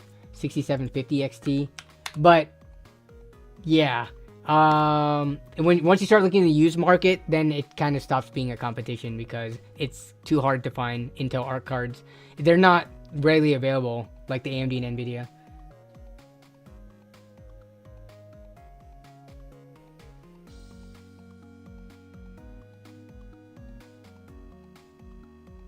All right, Lee asking a follow-up question. For the record, your take is extremely respectful. I resonate a lot with it. Thoughts being a content creator with access to the latest hardware, having business expenses tax-wise. What are my thoughts on that? I think it's amazing. I mean, is anybody happy with the tax system that we have? Or like, is anybody happy with paying taxes? Every loophole you can like take advantage of, I'm not going to judge you for it. I'm going to take advantage of every loophole I can. I think there's probably a fine line somewhere between like the loopholes that the average ordinary person takes versus like the millionaires and billionaires and what the heck they do for their tax write-offs, right? Like, I don't know. If we're going to talk about all that kind of stuff, it needs to be equal for everybody. But obviously, rich people have better lawyers to be able to get them better loopholes and, out of trouble should something go wrong when they're, being creative with their taxes. For, the average person doing taxes, and maybe if you have like a side gig business trying to like do your own business, yeah, I mean, business expenses, hey, if I'm using it to create a video, that's technically true. And in my case, I don't even use the stuff. In my system, I have that Arc A770, which was sent to me by a company, but I bought a 7800 XT that I barely even put... Okay, I took it to one LAN party, but aside from that, I spent more hours trying to... Or I will be spending more hours, like, on video content with it than I did using it for my own personal uses, right? So, that's my thoughts on it anyways. But again, I'm cheap and I'm trying to save and keep as much money as I can. Catalyst, that's what it was called. AMD Catalyst. Sorry, we're getting caught up on chat here. But even then, I feel like AMD Catalyst, for what it was at the time, was still pretty good. They also renamed their, what is it, AMD Relive. They've named their recording software multiple things over the years too. I don't remember what's that now, but new NVIDIA app in beta is really good. I've not played with that yet, but hey, I mean, I'm all for it. NVIDIA already removed the requirement to having to sign on to use GeForce Experience, right? Like to log in with your email account or whatever. That's like huge already. I get scared of driver updates nowadays. Why? Have there been a lot of not game breaking, but like performance breaking drivers recently? I have seen at least 10 2070s for 100-ish in the past few weeks locally and online. That's pretty crazy because we can even take a look up right now. RTX 2070, and Seattle is, I would say, is a pretty big tech hub. That's you know, a lot of people like moving PC parts, buying and selling. I mean, here's one for 170 in Arizona. What the heck? No. We're gonna look at locally. 250, 200 Founders Edition, 250. Where are you living that they're $100? That's a pretty crazy price.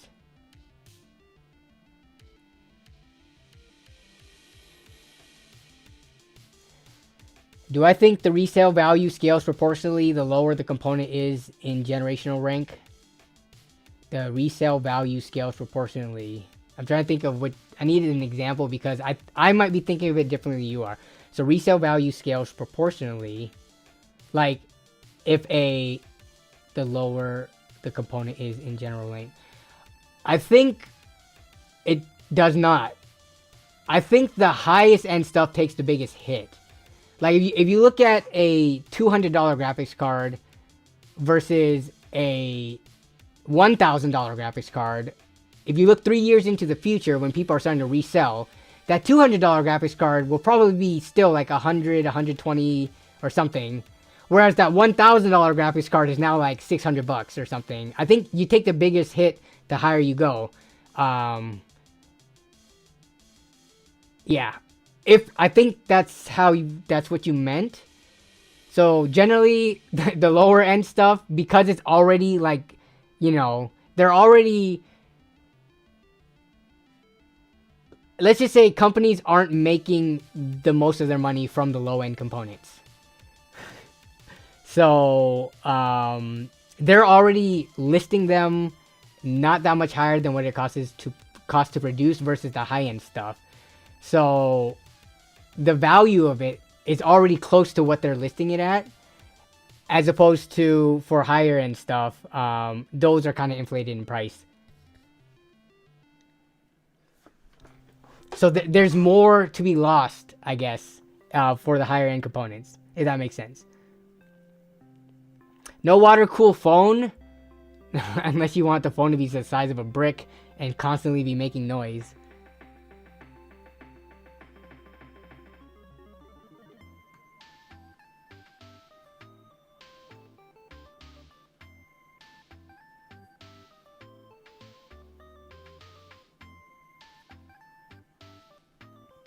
Okay, let me get caught up in chat. Oh, definitely. So, yeah, that's why I personally, aside from being cheap, I don't like buying the top end of components because they're the ones who take the biggest hit when the next generation or two of products come out. Like, I mean, what's the price of a 3090 right now? And this is on eBay. In your local market, expect it to be cheaper. $400 on bid. What can I buy it now for? Parts only. Parts only. What's a working condition one going for? Parts only. Okay, are people smoking crack. $700. What were these retailing at? Like 12. The current retail price, that's not what I'm asking for. Oh, it released at 15. So you're at half the value. And this is in the used market. So it's at half the value when you look at a 3070, which released at technically $500, and you can buy them brand new for what? For $350, and then the used market is probably closer to 300.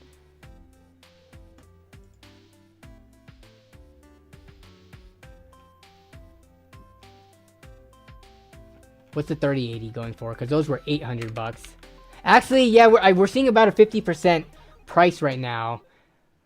But if you look at something like a 3060, that's the prime example. Okay, so remember, RTX 3080s came out at $800, $799. Now they're going for like $350. Holy crap, 3080s are cheap. What the heck? Weren't these just like $400, $450 a couple weeks ago when we checked? When did they just take this big of a price drop? Wait up.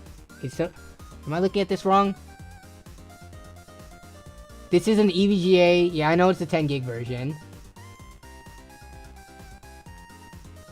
$350? Is this real? Memory overheats. Okay, because there's problems with it. Alright. I was thinking something looked fishy. Memory overheats. Unit is in poor physical condition. I personally test and verify. Okay, what is it? Full specs, overheats.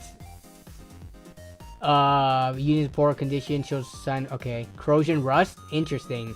What is this? Used to mine on in a factory with no like climate control.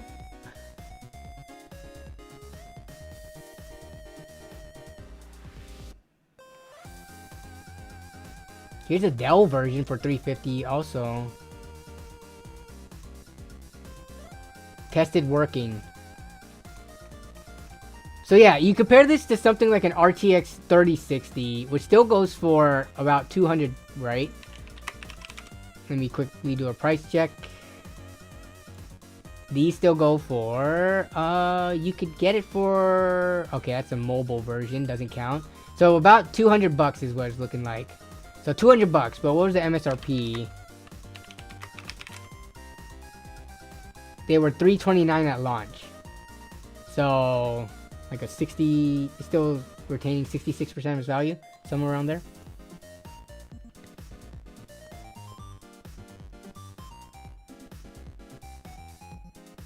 I'm telling you, the GPU, the market is crashing on GPUs.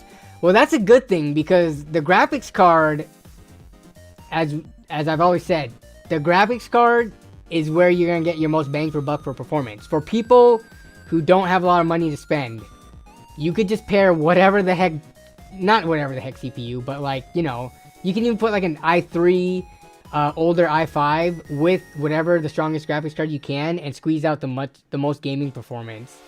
But you were saying the 2070 was going for $100. What are they going for on eBay? On eBay, they're not going for nearly that cheap. Yeah, they're still going for like $175. So I would say if you're into flipping, RTX 2070 for around $100 is like a no-brainer. Pick up as many as you can, put them into those systems and flip them and make money.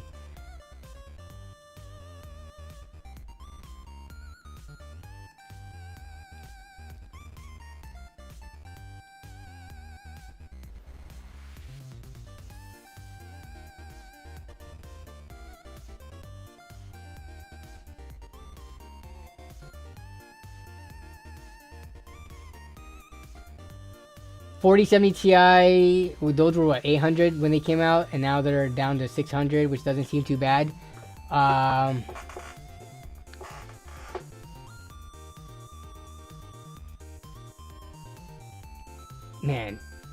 yeah, I mean that's not too bad, but $600 on a used graphics card is crazy. How much, like, the pricing has changed, even just within the last like 5-6 years.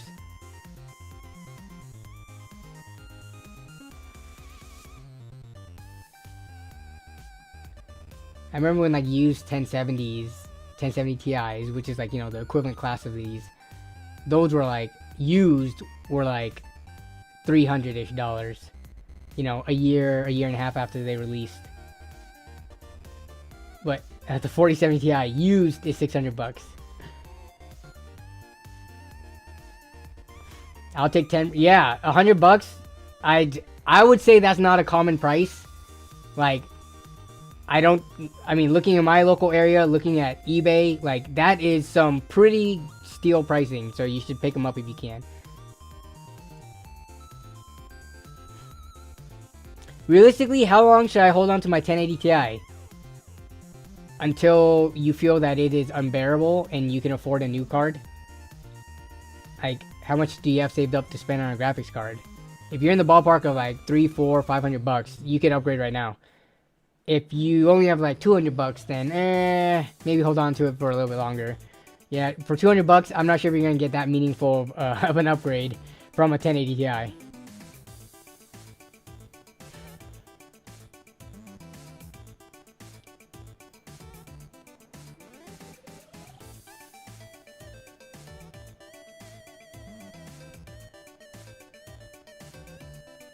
$5,700 XT close to me for $150. That does seem a little expensive.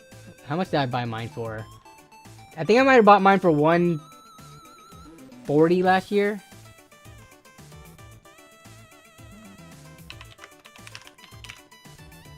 But let's see what they're going for. They are going for about $140, it looks like. So off of eBay, I would expect closer to $120. $100 is I think $100 is not a realistic price for 5700 XT. Not many people are gonna let them go for that much. Like, you will have to haggle and try to bargain. But I think a normal going price, like 120, looks to be about correct based on eBay pricing. But yeah, I wouldn't say you should be easily able to get $100 5700 XTs, you know, day in, day out. Cheeky deal, I'm trying to get posted in stream submissions. What do we got here?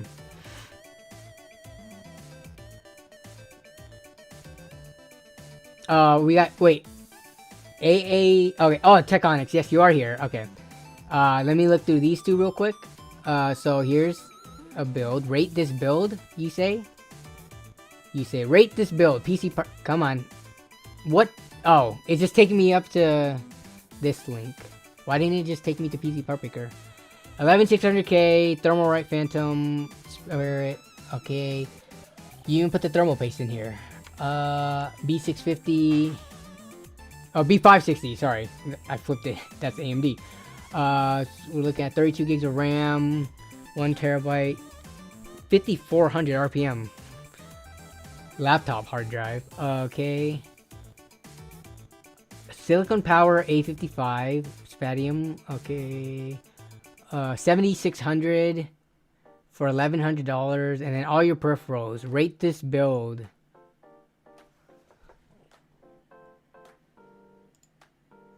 And that's the ASRock Phantom Gaming. I really like that. Dude, this graphics card looks so awesome. I don't know what about it. That center fan looks like a jewel or something, like a gem. Maybe that's why. I think this looks really sweet. But rate the build. I mean, the build itself looks good. Regarding your specs list, let's see. Thermaltake Smart 700. That's probably the one thing that sticks out the most out of everything here. But I mean, your build's not too crazy, so I don't think the Thermaltake Smart's gonna like catch fire and burn your house down or everything. But this is probably like the lowest quality item aside from your, you know, old spinning hard drives on this parts list. Everything else looks pretty standard. Yeah, just this just stands out.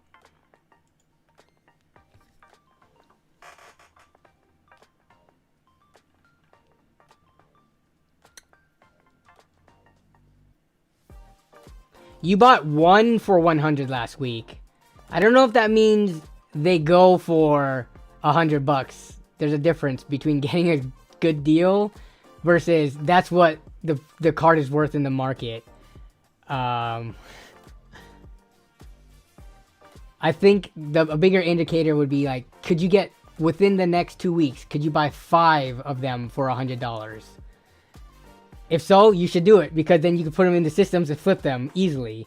The 5700XT is a very good, a very good card for, you know, a sub $400 gaming PC.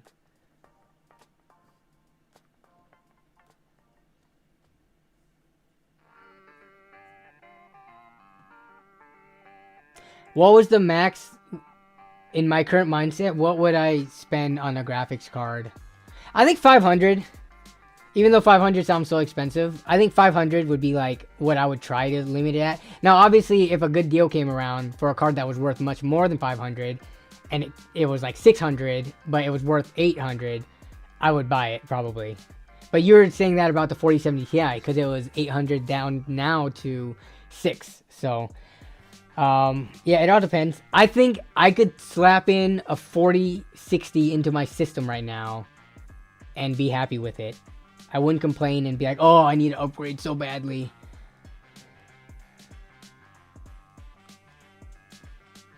You got the, yeah. So Micro Center, as amazing as they are of a store, they also sell like low quality components too. Like Micro Center, buying something from Micro Center does not mean it is good quality. Unfortunately, they do carry like lower end, lower quality, cheap brands. But yeah. I'm glad I'm talking sense into you. I don't know, man. Even $100 or $200 save goes a long way. Like, again, go back to the happiness factor. Once, you know, that novelty, I just got something new feeling goes away. In 1 or 2 weeks time, are you really gonna be that much happier that you bought, let's say, a 4070 Ti over a 4060 Ti or a 4070 or, you know, a 7700 XT or whatever? Try to maximize the happiness that you get with the money that you spend. And slightly better graphics, for me, doesn't do it compared to other things. Money saved, money earned, my motto. That's a good motto, Robert.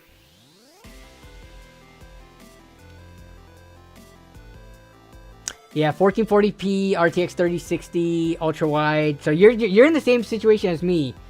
I don't know what games you're playing though, Lee. But yeah, it does get hard to run with these, you know, last gen mid-range cards. When we have this many pixels to push, trying to get it up to like, you know, that refresh rate. Dude, all the GPUs on Marketplace are terrible deals. All of them? I don't know about all of them. Which, by the way, I ended up buying a Spectral Hellhound.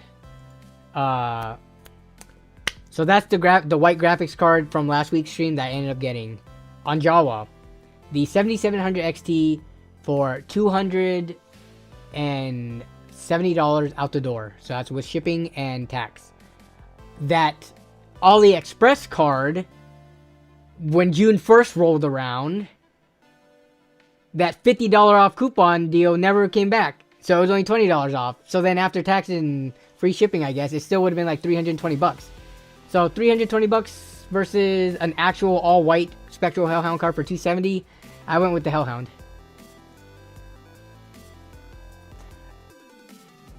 Alright, so Demon Mint posted this. Wait, did you post this or are you trying to buy this? RTX 2080 Ti for $200. And then, what is this one? Gaming Desktop 980 Ti. 4790K, 980 Ti, 16 gigabytes of RAM. Wait, is this the same person? No, this is a different person. Yo, look at this. Oh, sorry. This is an instant pickup. $50?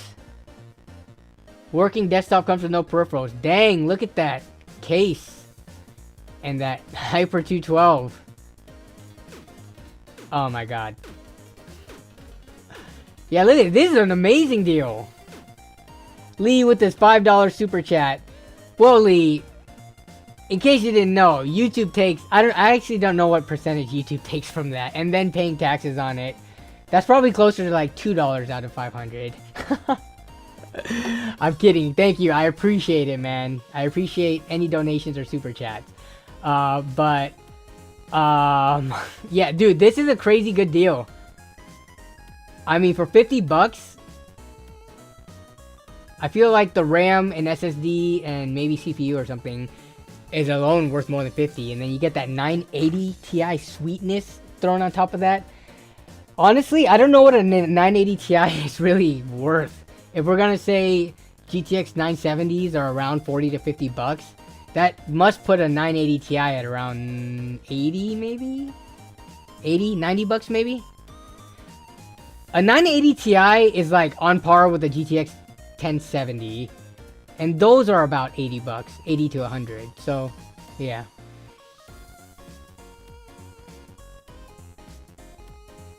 The issue is, if you can get an equivalent, like, okay, we're talking about 100 bucks here.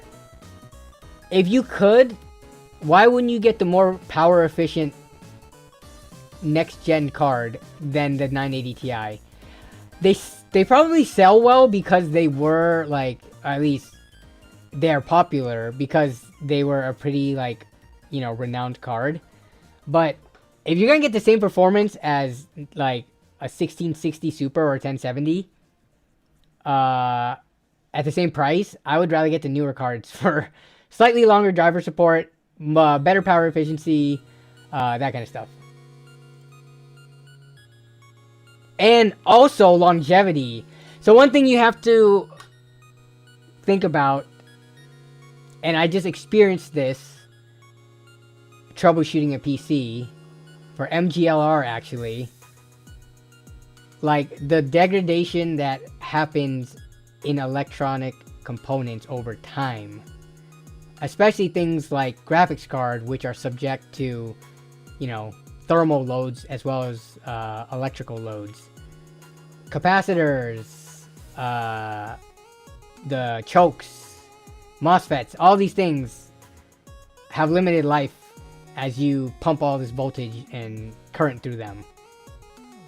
A 980 Ti, I would bet money if you just put it on, like, turn it on next to a 1660 Super and just let them both run indefinitely, I'm pretty sure the 980 Ti is gonna die first. You know, assuming random cards found in the used market, statistically, the 980 Ti is gonna die first. So when you buy used components, just be aware, there's no warranty. It could die on you in the next year or two. That's just the risk of it.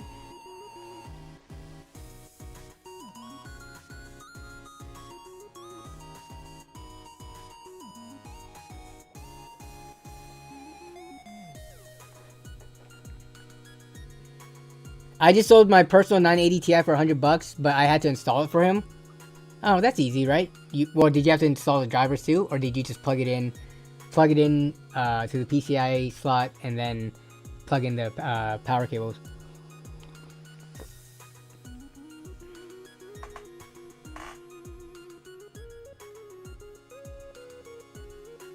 I may or may not still have AGP GPUs that work. That's probably because at some point in time they were taken out of the system and then were sat storing, right, on a shelf or something, as opposed to consistently being used from, you know, their manufacture date until now, because not many people have systems that can run AGP cards. So, yeah, it just depends on the history of the card.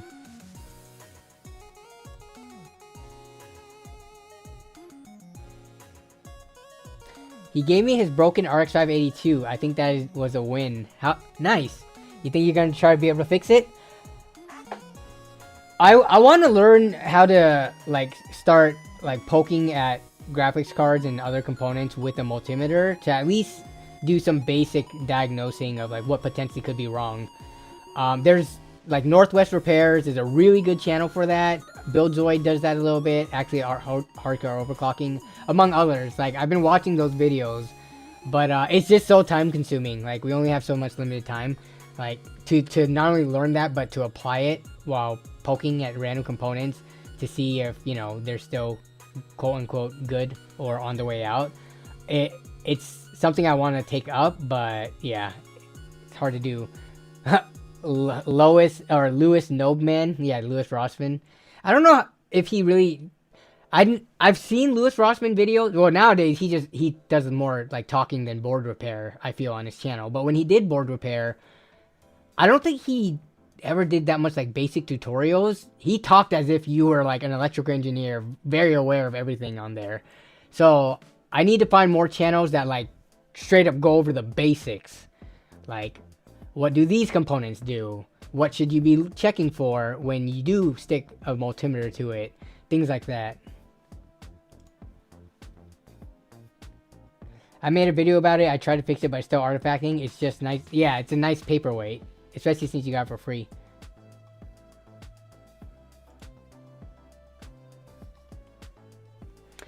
Okay, we are getting to the last, I don't know, 5 or so minutes of stream. It's already 7:11 where I am. So yeah, conversation went a whole bunch of different directions tonight. Yeah, with regards to COMPUTEX, a bunch of AI stuff. It's super scary in my opinion. I mean, just even in the next few years, like, wait till the next 2, 3, 4 COMPUTEXes to see what they're talking about, what AI can achieve. On the gaming side of things, it's pretty boring, unfortunately. I mean, some of the stuff is cool, but not cooler than hearing that whatever company is releasing a graphics card at the same price, but 20% performance uplift or something like that. Yeah. Comp is AI text now. Comp AI text, exactly. AI could be a cool way to make a game like Detroit where everyone can have a unique ending, a choose your own adventure type game. That would be so interesting because like I feel like you can only do so much with generative world, right? Like you play these games like Minecraft or Valheim, etc., and they can generate you different maps every single time. But if you want to get into like the game mechanics and the story and something being different, if that's being generated by AI, how does that affect the storage at which it's held on, right? Because right now games have are pretty fixed anyways, in terms of some games might have multiple endings, but they were all programmed to be there to sit and take up, let's say, 100 gigs on your SSD. But if a game was truly like, if AI was like integrated in a way where it could generate something completely new, not pre-programmed, I mean, that's got to work off of like either your system or video memory, right? That's not something that sits on your storage like the base game would. So I don't even know how that would work. I'm not a game developer, but that's just what my mind goes to. I prefer a true human ending. Interesting, all the COMPUTEX content did not mention GPUs. I mean, there was the mention, didn't Jensen say something about wanting to shorten the product cycle to 1 year instead of 2 years? So we should be expecting, definitely, because we are coming up on 2 years, at the end of this year. No details were given, but I think there were hints given that we should be seeing stuff by the end of the year.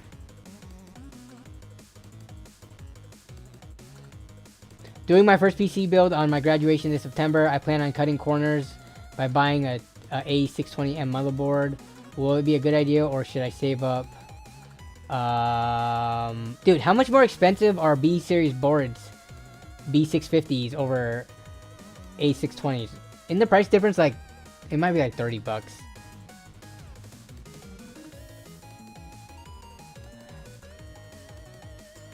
Is there any way you could, I don't know, reduce the RGB in the system, not get an AIO and get a traditional cooler instead? Like, I don't know, unless I looked at your build. A-series boards work, but just know that if you do plan to keep this system for a long time, you might feel it being limited. If it's not by like the limited ability, let's say who cares about overclocking, but just with I/O and stuff like that as well. I/O, do A620 boards usually only have one M.2 slot, and usually B650s have 2 at least. Yeah, there's a number of differences between the boards. If you're just solely looking to play a game, an A620 board will get you there. But I would say the B650 boards is like a good like bang for buck middle ground without spending like a crap ton on the X series boards. But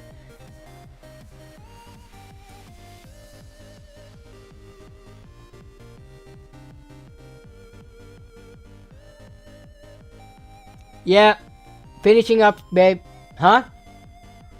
Okay, you want to start heating up the soup? You want to start heating up the soup? Okay, okay.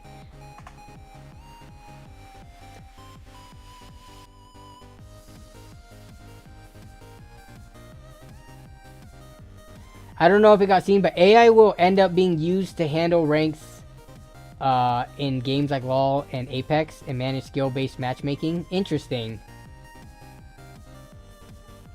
I don't know much about what the algorithms they use now for skill-based matchmaking is.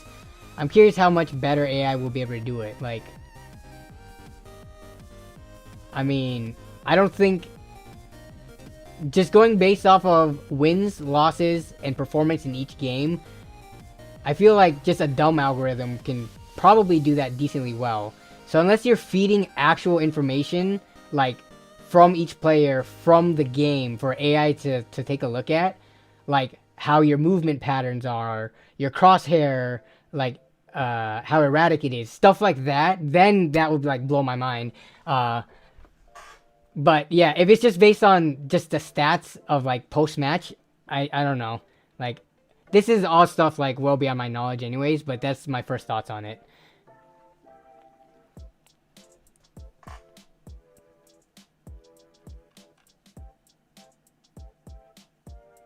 Have I heard about the Skibidi toilet takeover? Honestly, dude, I feel like such a boomer. I don't even know the whole Skibidi toilet thingy. I just know it's some kind of like animation or something or meme. Isn't it usually with like the Gary's Mod dudes and just like, yeah. I think I was like, what the heck is Skibidi toilet? Read about it, and it is so unimportant to me that I've already forgotten what Skibidi toilet is.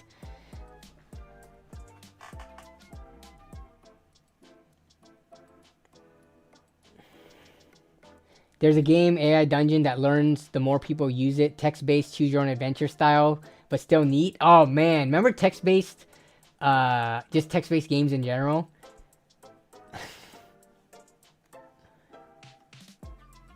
I played one a long time ago called Terran Legacy, based on the StarCraft universe. Probably nobody here has ever heard of it, because it was never a popular one. But, and I played one called Outwar as well, but that one at least had some images, not fully text-based.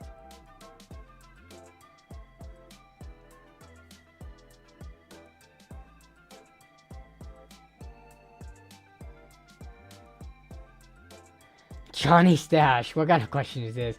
What at COMPUTEX made me rock hard? Nothing I've seen so far. How long is COMPUTEX going for? COMPUTEX till Friday. We still have 2 more days to see if they're gonna drop. I feel like they usually drop the big stuff on the early days, and then like the last days are like to wrap up. So I don't know if they're gonna drop anything that makes like me super rock hard, as you would put it. But yeah, nothing like.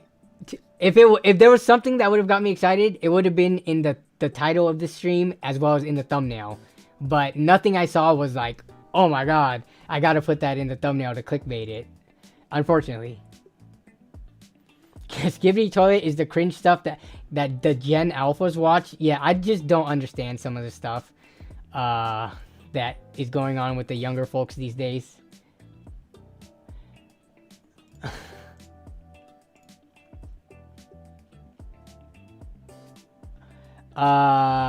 I watched Ludwig watching it for a while and it made it more fun. Wait, watch what? I think AI, which was more referred to as machine learning, has already been used for algorithms. Yep. Like that for a while. It's just getting better. Yeah. Let's see. Skibidi Toilet. Skibidi Toilet was pretty fire.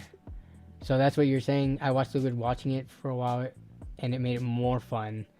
Okay, maybe I gotta check this thing out now that Lee, someone who I kind of trust his opinions, is saying it's fire. Okay, DemonMit says I gotta check this out before stream ends. Pinged on Discord because, okay, what am I checking out?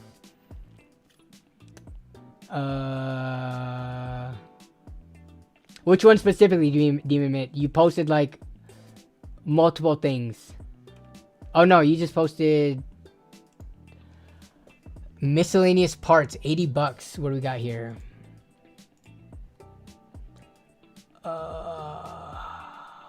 Omaha, we've got 8 gigs of RAM.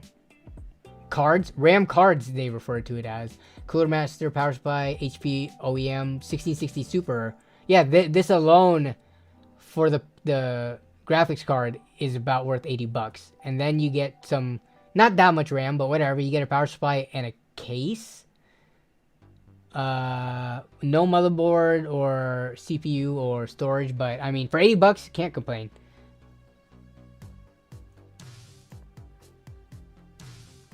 Have I ever accidentally broke? Yes, I made a video on it. I fried a graphics card. And I don't remember if I fried the motherboard. But yes, I plugged in something wrong because it looked like it fit. This was many years ago, over a decade ago. I plugged in the, I think it was a floppy power header from a power supply into a fan header because they are both 4 pins. And I think it did destroy the motherboard and the graphics card. That's when reading the manual would help instead of thinking, oh, you know how people say building a PC is like Legos, most things just fit? It does. RAM just fits where, you know, RAM only fits in the RAM slots. You can't really mistake in that.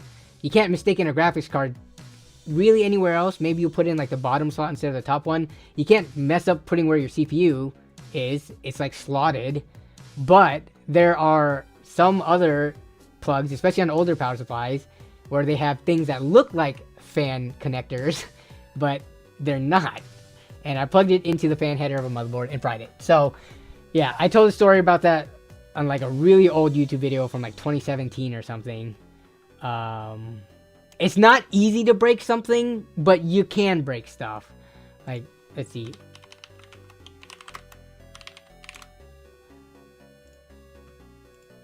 Floppy, was it this thing?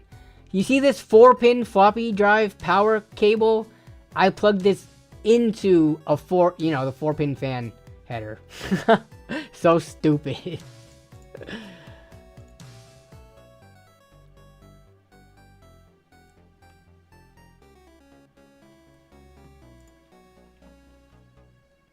I fried a laptop with a Chinese eGPU. Yeah, there's plenty of ways to mess up computers. When things go right, it's fine, which is like 90% of the time. But when you're troubleshooting or something goes wrong, it can go really, really wrong.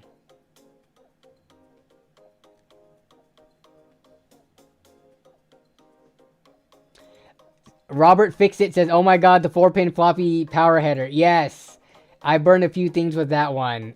I made that mistake once, and that was a very good lesson learned. Fortunately, I think the hardware that I fried was like maybe valued at like $250 for the motherboard and graphics card total. So it wasn't like I fried a whole system worth like $1,000. It was one of the relatively cheaper mistakes. But I guess back then, in what, like 2009-ish, 2010, that was a lot more expensive than today. But I fried a Steam Deck APU. How do you even go about doing that? But alright, that's gonna be it for the stream tonight. Melissa is hungry. I'm actually hungry too, so I gotta get food started. So hope you guys have a great rest of your evening, have a great rest of your night, have a great rest of the week. We'll see what comes out of COMPUTEX over the next couple of days, but I'm thinking it's not going to be anything too crazy exciting. But if it is, we can talk about it in next week's stream. I have a video coming out, should be this weekend. I already talked about it previously. I'm working on it in the background, but yeah.